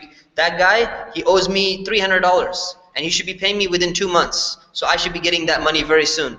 You take that and you add it up there and you count it as the money that's in your possession as well. Okay? Then you take a look at your loans that you owe people, and you write it in the other column. So you're subtracting it. So these are ones you're adding up. This is stuff that you own. Then you take your loans, right? Sorry. Loans are what you've loaned out. So you also add all the money that people owe you. Then you take your debts and you put it in the other column. So I owe my credit card bill. I owe my landlord rent for the month. I owe my cell phone company this much money. I owe electricity bill. I owe my gas bill. And I owe my friend $500 as well, which I'm going to be paying at the end of the year. You take all of that and you put it in a different column. You add up the first column, subtract it from the second column, and you end up having your total amount of zakatable money that you're paying zakah on. Multiply it by 2.5%, or just divide by 40 to make your life easier, 1/40th, and that's how much zakah you have to pay. That's going to be the final zakah amount figure that you're going to be paying. Okay, so this is the practical part of zakah. This is how you should be calculating your zakah. But there's still some other aspects of zakah which we need to cover, which are more theoretical in nature, because how many of you own a farm? Does anyone own a farm? Okay, so it's not going to be very... Is anyone a treasure hunter? Anyone ever found like treasure chests, buried treasure chests or anything like that? Okay, so this is the theoretical part of the zakah which we have to study, because this is a college class. This is a College of Islamic Studies class actually. So we have to cover all of these things. So just in case, because there are Muslim farmers who own farms, right? They just didn't happen to come because they're probably taking care of the animals or something, but they need to know this stuff. So let's take a look at some of this stuff so you can go and deliver the message to them. I don't drive out to Bakersfield or whatever it is. So when you have wealth in the form of agricultural output, there's a totally different way you pay zakah. It's not 2.5%. It's not money in the bank, because in the past, and still even in the present, in the past, people's value, people's wealth used to not only be in currency. It used to be in how many animals do you own? That's like your wealth. That's how much you're worth, right? And it used to be in how much land do you own? And the land, we're talking about vegetation producing land. How many fruits and vegetables can you get from that land? This was considered to be a very important thing. Even in the history of the United States of America, which is relatively a young country, right? In fact, I used to go to England. I went one time for a debate competition in Bath, England, and we visited a high school. And they used to make fun of us. And they say, you know what? Our school is older than your country. I said, okay, that's fine. That's fine. But our state of California is larger than your country. So we kept on going back and forth. But anyways, it shows even America, which is a relatively recent country, in the beginning, they used to only allow landowners to vote. Right? Only landowners, white landowners, by the way. Only white landowners were allowed to vote. Not anyone else. And certain other privileges and all of that. Why? Because that was their definition. They didn't say whoever has $100,000. They said landowners. Why? Because that was considered to be the mark of property at that time. So that's why these rules, they still apply, but they were primarily built on societies where currency was not the primary or the only form of what's considered to be valuable. So just keep that in mind. So any type of land that's used to grow a food that is non-perishable. Non-perishable means it's not going to go bad. It's going to last an entire year without much effort. You have to pay zakah on the land, or on the crop, on the produce basically. So for example, wheat, barley, dates, raisins, rice, corn, saffron, cotton. These are all things which you could literally store in a container. Once you harvest them, you take them out, you can store them in a shed or something like that, and they're not going to go bad. So they're considered to be a very valuable asset.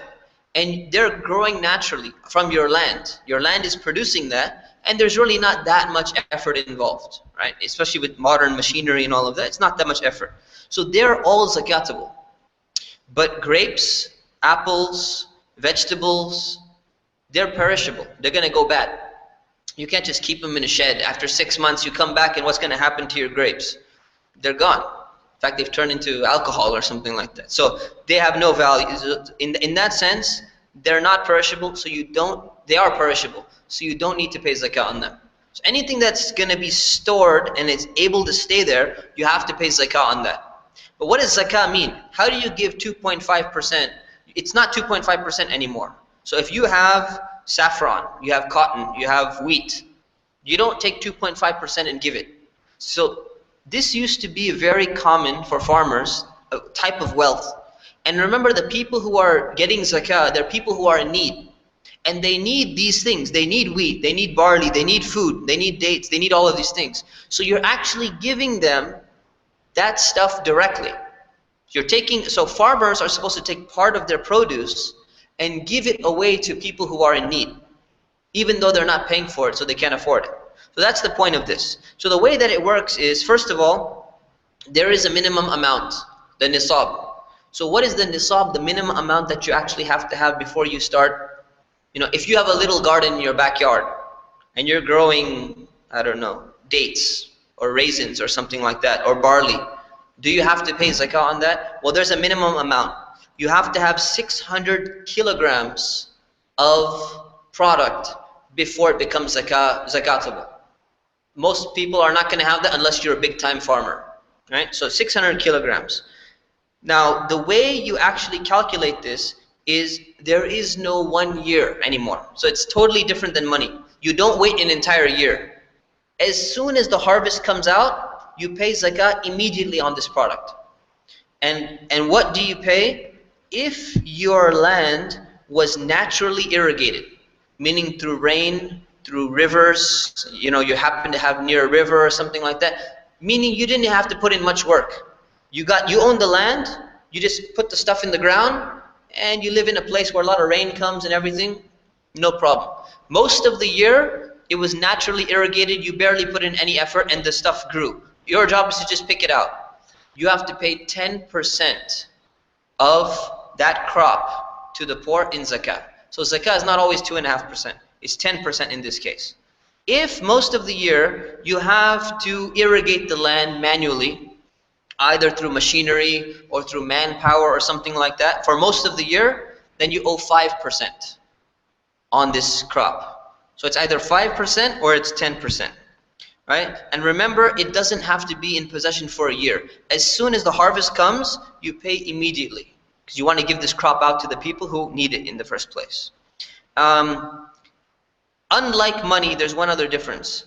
Even if a person is in debt, or if the land is a type of public property, still zakah needs to be collected from that land and needs to be given out to people who are poor.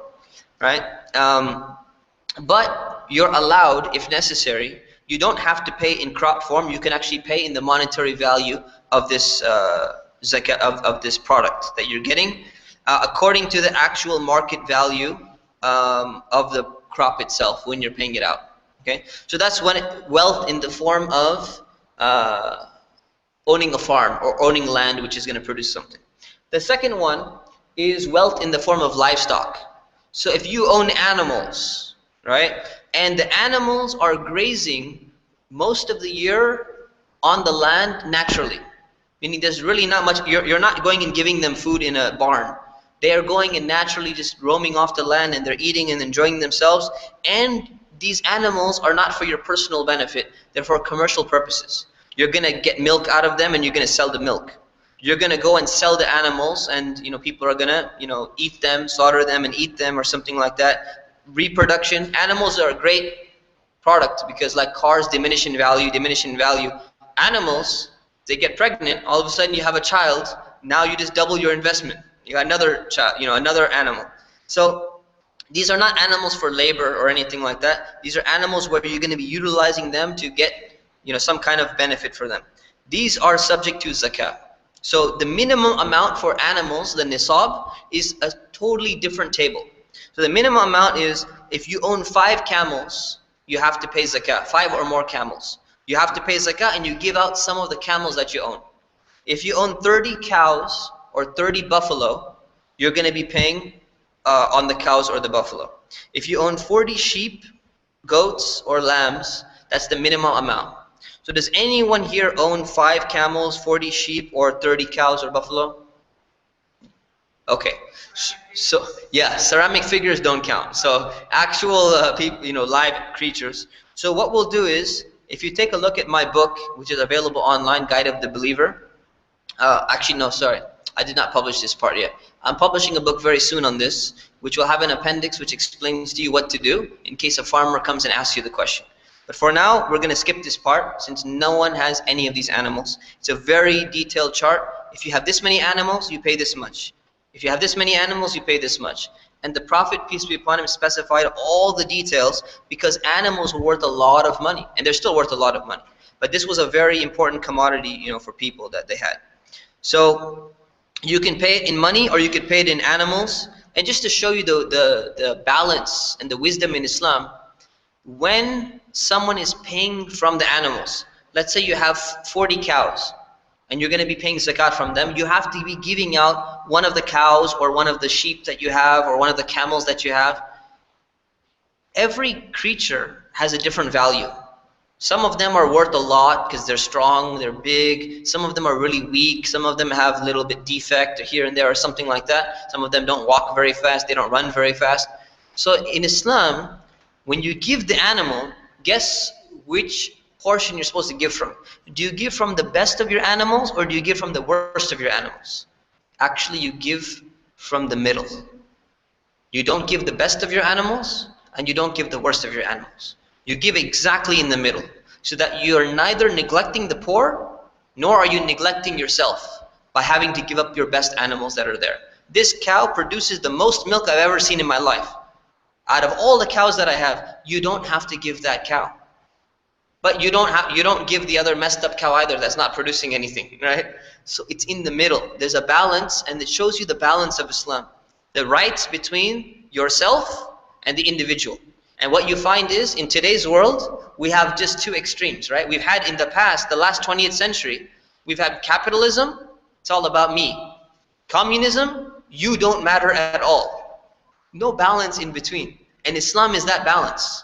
It would have kept that Cold War and all of this, things away. So it shows you the balance. So the more you learn about zakah, the more you look at some of the rules, you see, wow, subhanAllah, this is exactly the type of balance that we're looking for in society, yet no one's coming with that balance. We got these really hardcore left-wing people, these hardcore right-wing people, and they're just fighting back and forth, and you get to vote between the Democrats and the Republicans, and where's the balance between them?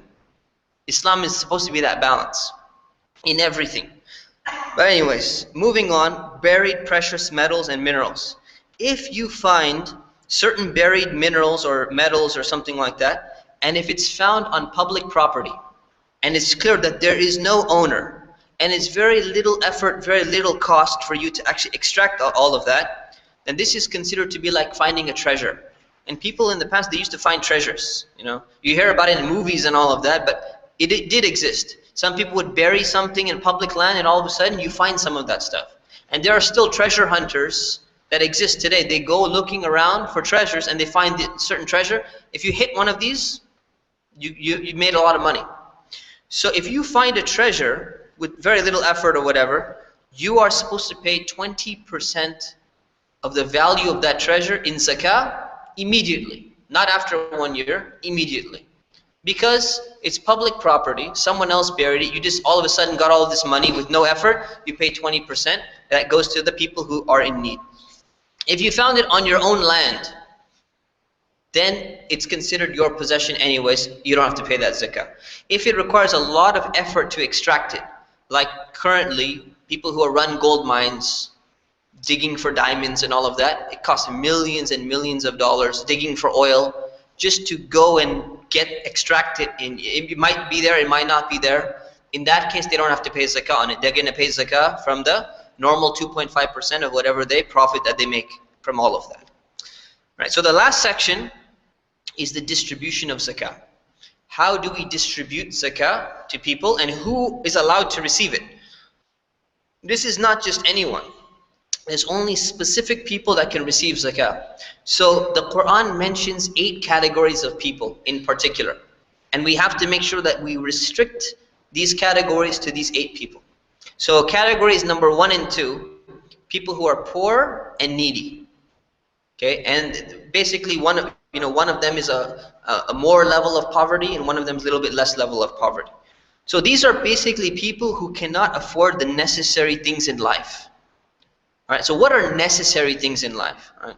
Having a 32 gigabyte, iPhone 5S is not necessarily a necessary thing in life, although some people think that. We're talking about necessary things that they actually need for survival.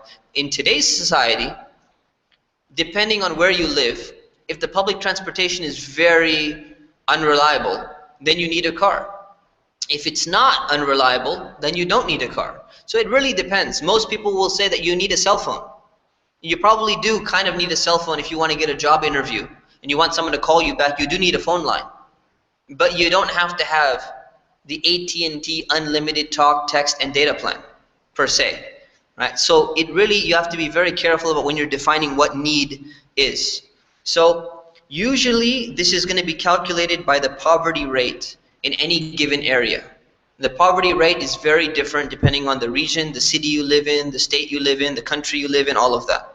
So when a person is given zakah, they're supposed to either be given an amount which either brings them back up to what the nisab is, the minimum amount of the people who are paying zakah, or they be given an amount that brings them up to at least above the poverty level that they need to receive the zakah. So they can be given more than the nisab. So if the poverty level happens to be X amount of dollars, let's say whatever it is, $7,000, and the nisab happens to be $3,800, they're allowed to be given up to $7,000 if they need that money so that they can, survive for the whole year or whatever it is.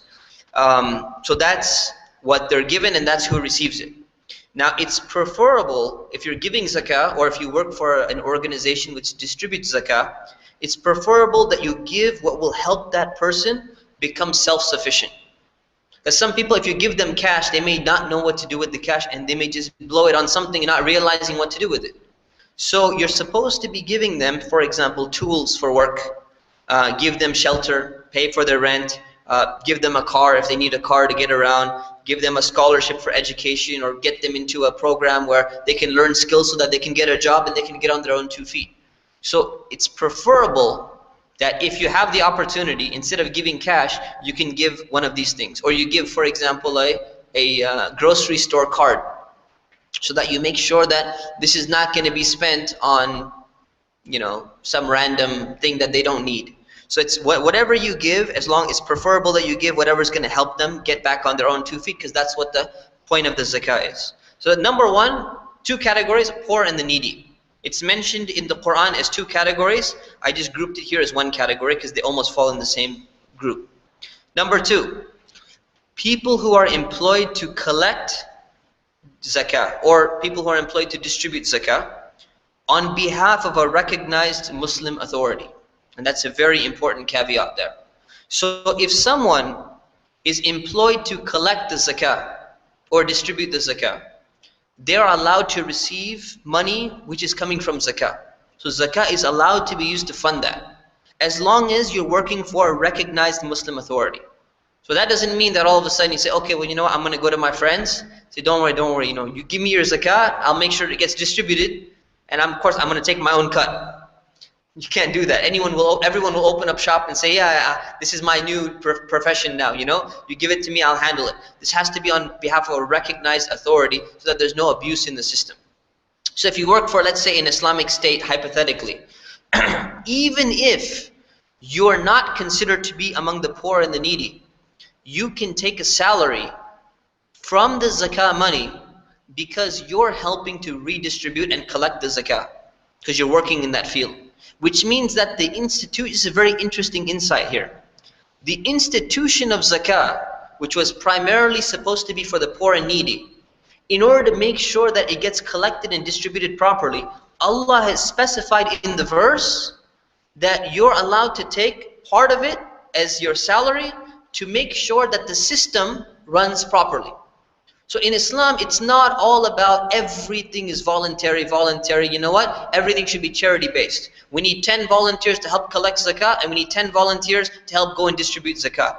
What's going to happen is the effort or the system of zakah is going to be all volunteer based.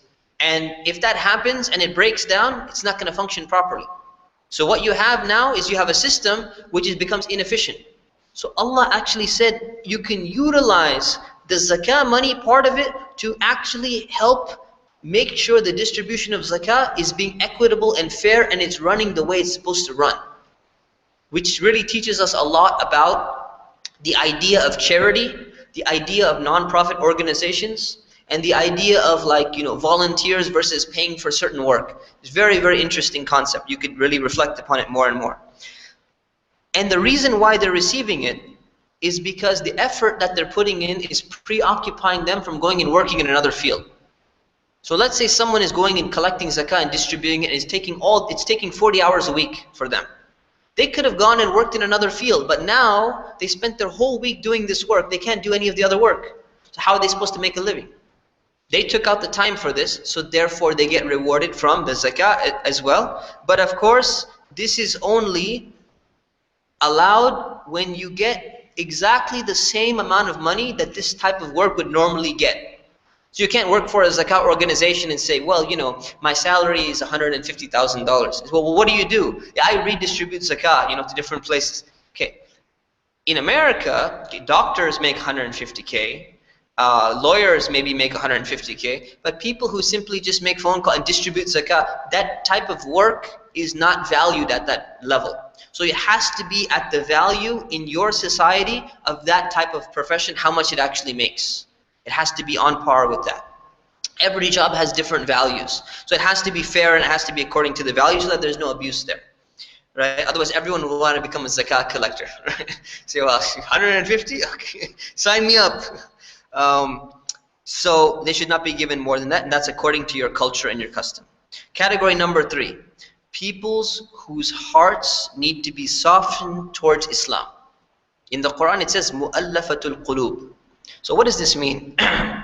People whose hearts need softening towards Islam, this includes new Muslims who are not firm in their commitment to Islam. Now today, what we find is people who are entering into Islam, let's say in America, minority, Muslim minority community, people who are entering into Islam are very convinced about Islam, right? For the most part. They know what they're doing. They're getting into it usually for the right reasons. But there are places where when Islam is the dominant authority, the dominant power, some people kind of come into Islam like if you can't beat them, join them type of thing. Like there's some benefits of being part of the Muslim community, just join them. But they're not really firm in their commitment. And one of the reasons why they're not firm is they want some like special treatment or something like that. And if they get some special treatment, they might be more inclined, something is kind of holding them back a little bit, they might be more inclined to feel more comfortable with Islam. So zakah can be used to be given to those people who will feel a little bit closer to Islam, kind of remove some of the barriers for them. The second category is people who are inclined to accept Islam, but they're afraid that there's going to be social and economic sanctions that would result from them being Muslim. So let's say someone is coming and really, really considering Islam. And this is very common. And their family is like, has absolute hatred for Islam, such that they will literally kick them out of the house. And this is a 17-year-old. Or this is someone who's 30 but they don't have a job anymore. And they're going to be ostracized completely. Family's going to kick them out. Their whole social circle is going to kick them out. Their company is going to fire them. Everything is going to happen. You say, well, they're really debating now. Okay, if I know Islam is the truth, but am I ready for this kind of, test in life? So zakah is allowed to be given to these people, even if they're not in the category of poor and needy. Because the moment you give it to them, it will help give them a sense of security, so that, you know what, I can do this. So they're inclined towards Islam, you can go ahead and give it to them as well. So zakah can be used for that. And the last in this category, the hearts needing to be softened, is there are some people who try to harm Muslims and they make it their profession. And one of the things is that if they were given special financial treatment, they might stop what they're doing. If because there are some people, they're just really upset, they hate Muslims, they're causing problems and everything. If you send them a few gifts or something like that, there are some of them, they might actually stop because they just had nothing else to do or whatever what was in their mind. zakah can be used for that purpose as well. But of course, you have to be very careful. You don't just go to, like, Mr. Bill O'Reilly on Fox News and say, here's $50,000 gift. Can you please stop making fun of Muslims every single day on your show? He probably won't stop. But that's not the best use of zakah, right? So it can be given, but you have to be very, very careful about this category in terms of how you give it out. Okay, so that's category number 3. Category number 4 are slaves and prisoners of war. So anyone who's a slave, who's been enslaved, or is a prisoner of war, and they want to buy their freedom, you're trying to buy their freedom for them, you can go ahead and give zakah in order to help them buy their freedom back. They've been captured by the enemy, and you say, we're ransoming them. $50,000 per prisoner. So you can use zakah money, which is kind of like the Muslim community has piled up together, and you can start freeing some of those Muslim prisoners of war. So when it comes to this category, it's possible that someone can make an argument and say, well, what about a political prisoner, not a political prisoner, but what if there's a Muslim who is being falsely accused of terrorism charges, or being falsely accused of such and such charges? Can we utilize zakah funds to pay their legal fees, so that we can actually get lawyers to fight on their behalf to get them out of the situation that they're in?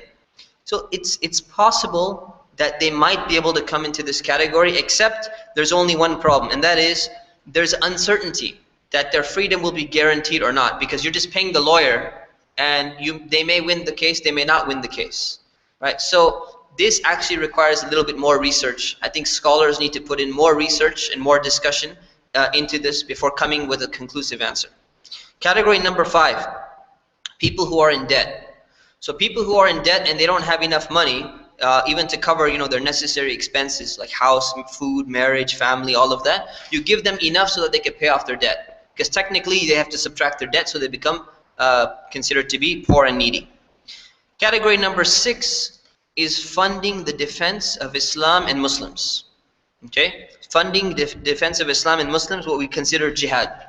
Right? So this can be used, zakah money can be used to support soldiers who are fighting in the path of Allah by providing food for them, equipment, money to take care of their families, all of these things. Because you have to have, in a Muslim institution, or like in a Muslim state, for example, you have to have that defense. You have to be prepared for some enemy coming and trying to take you over. So zakah can be used for that as well. And lastly, number 7, by the way, number 6, it's possible that someone can say, well, what about intellectual forms of jihad? Intellectual forms of defending Islam by writing articles and media and all of these things, combating missionary propaganda and spreading the message of Islam and combating propaganda against Islam.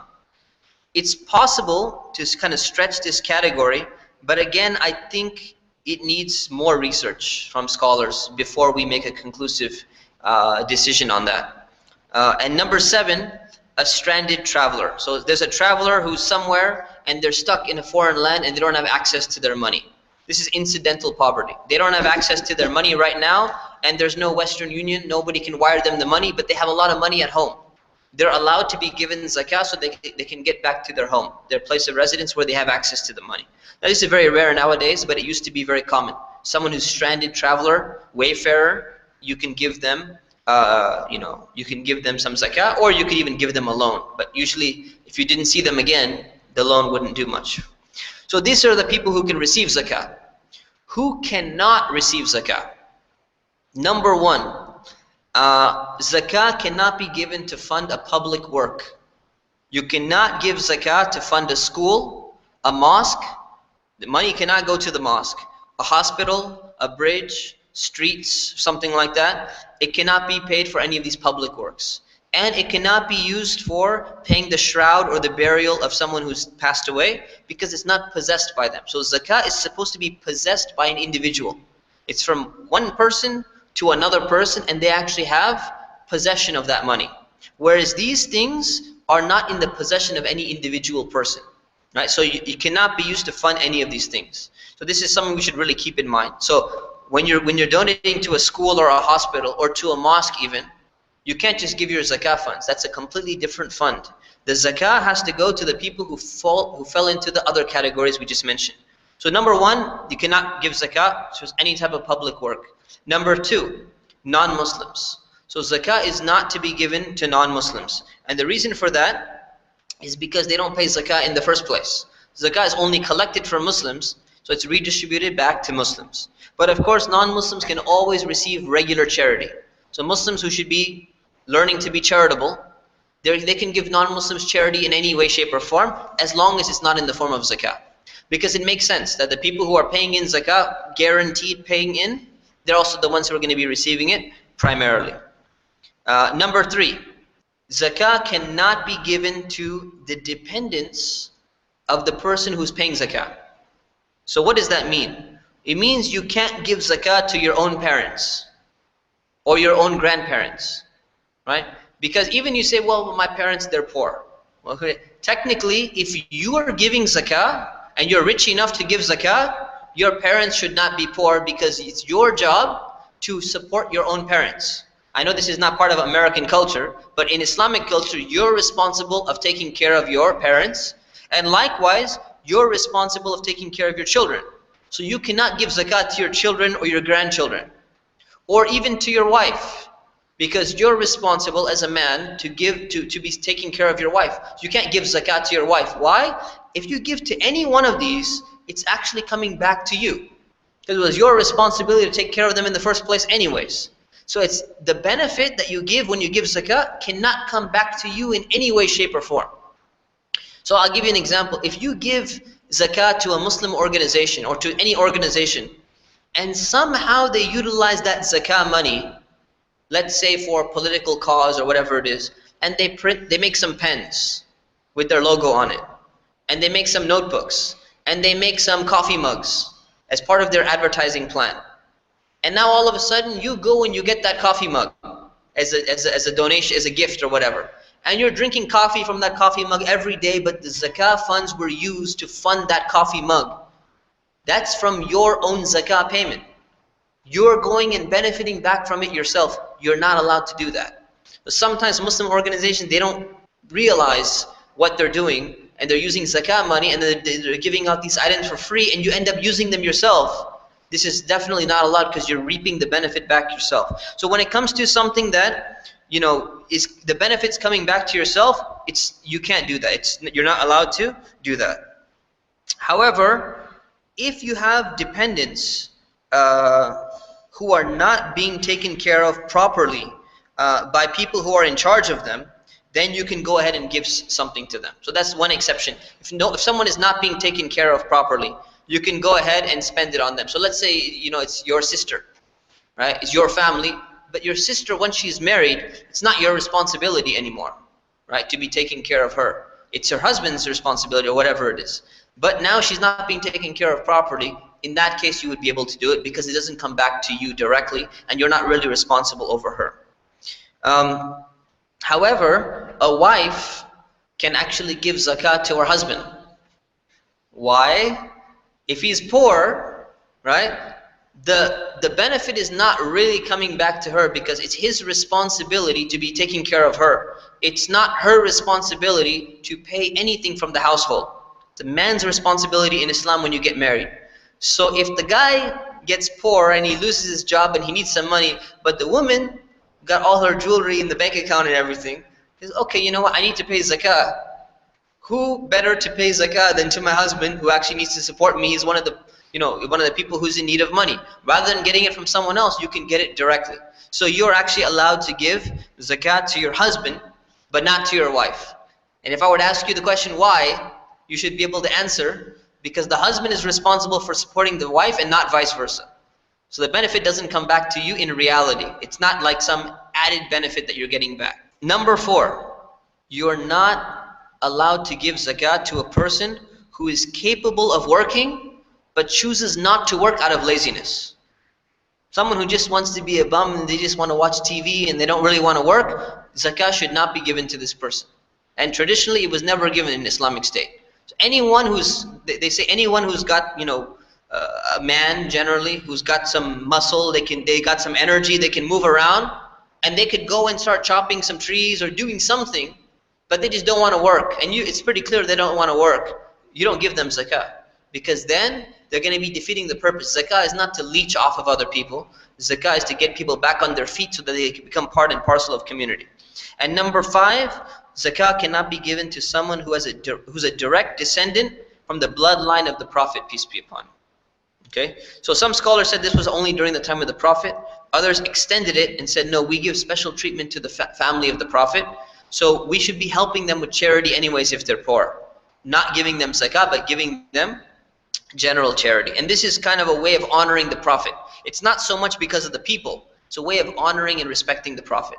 Right? So generally they're taken care of, but just keep that in mind. So these are the people you can give zakah to and the people you cannot give zakah to.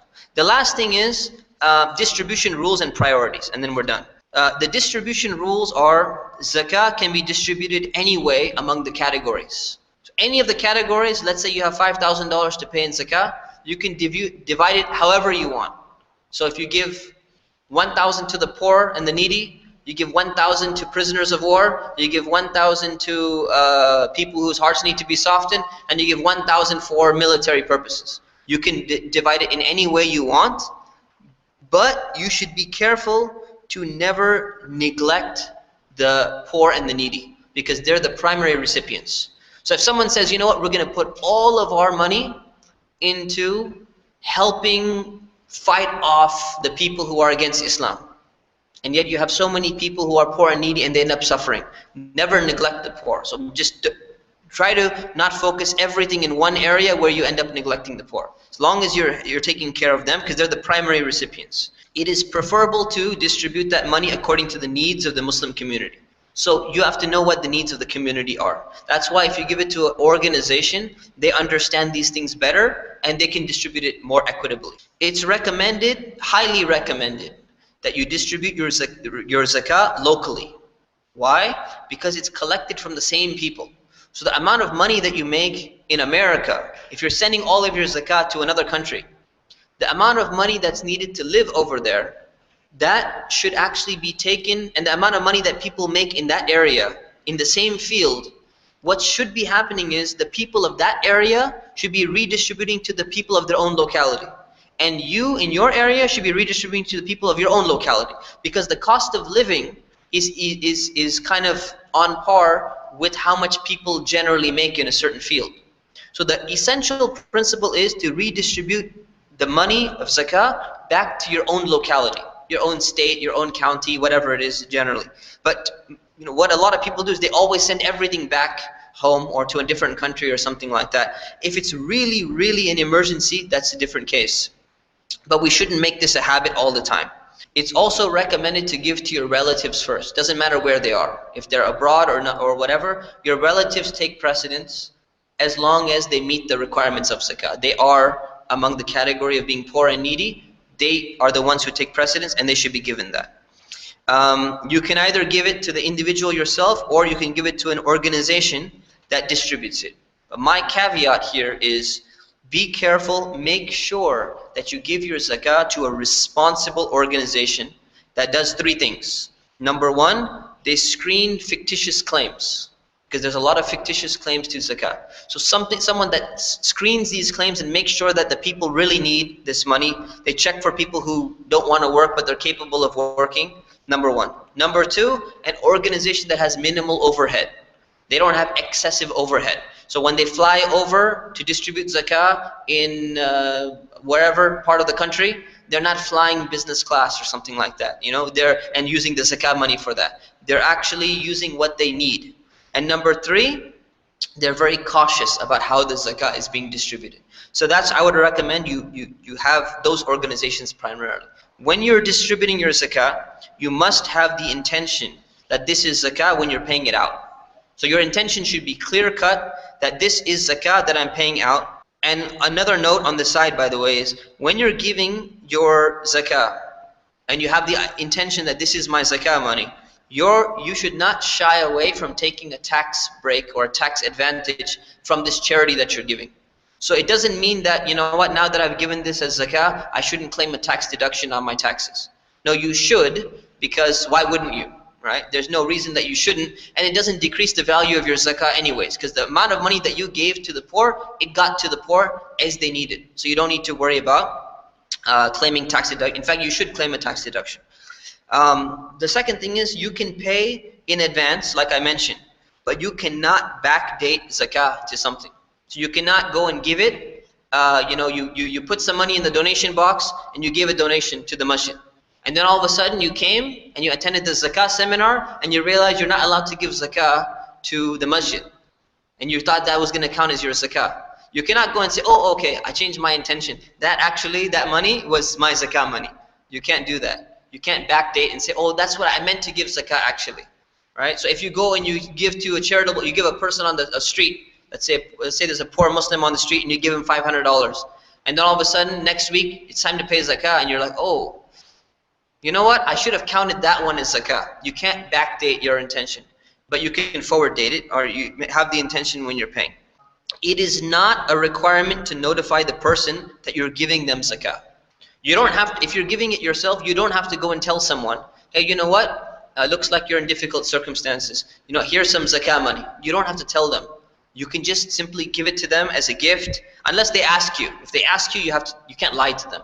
But if you don't have to tell them, you just give it in the form of here's some charity, or here's a gift I wanted to give you. Here's a gift card, and that's it. Because in some societies, receiving zakah represents some kind of shame among people, and you don't want to trigger that in people.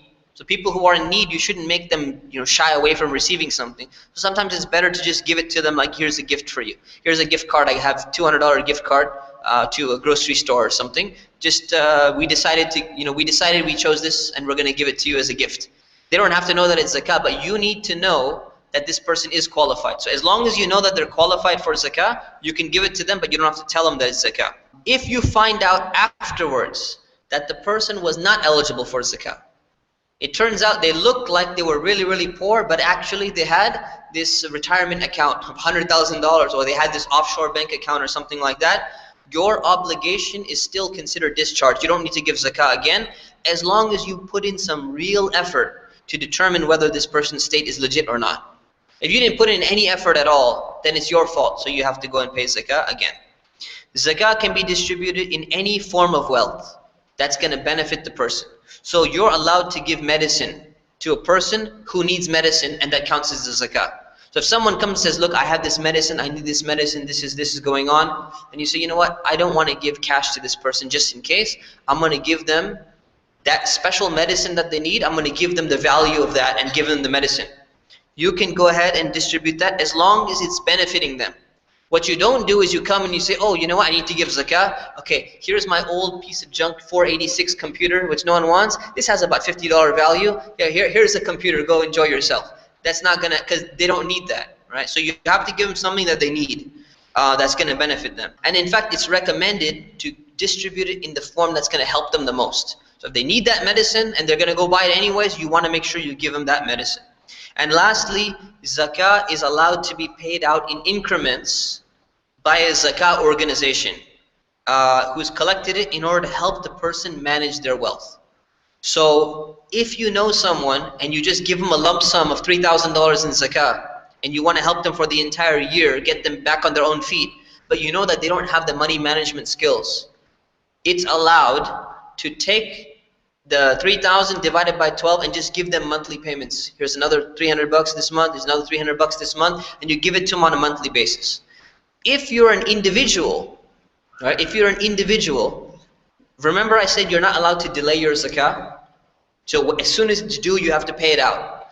If you wanted to do the same thing and pay it out on a monthly installments, you have to literally, if you make the intention and you put that money aside, so it's not being touched at all, and then you're going and giving someone these monthly payments, it would not count as your zakah being late, as being delayed, because you made the intention, you put it aside, you targeted a certain person, and you're going to be giving them on a monthly basis. That would be allowed, and it would not be considered a late zakah either.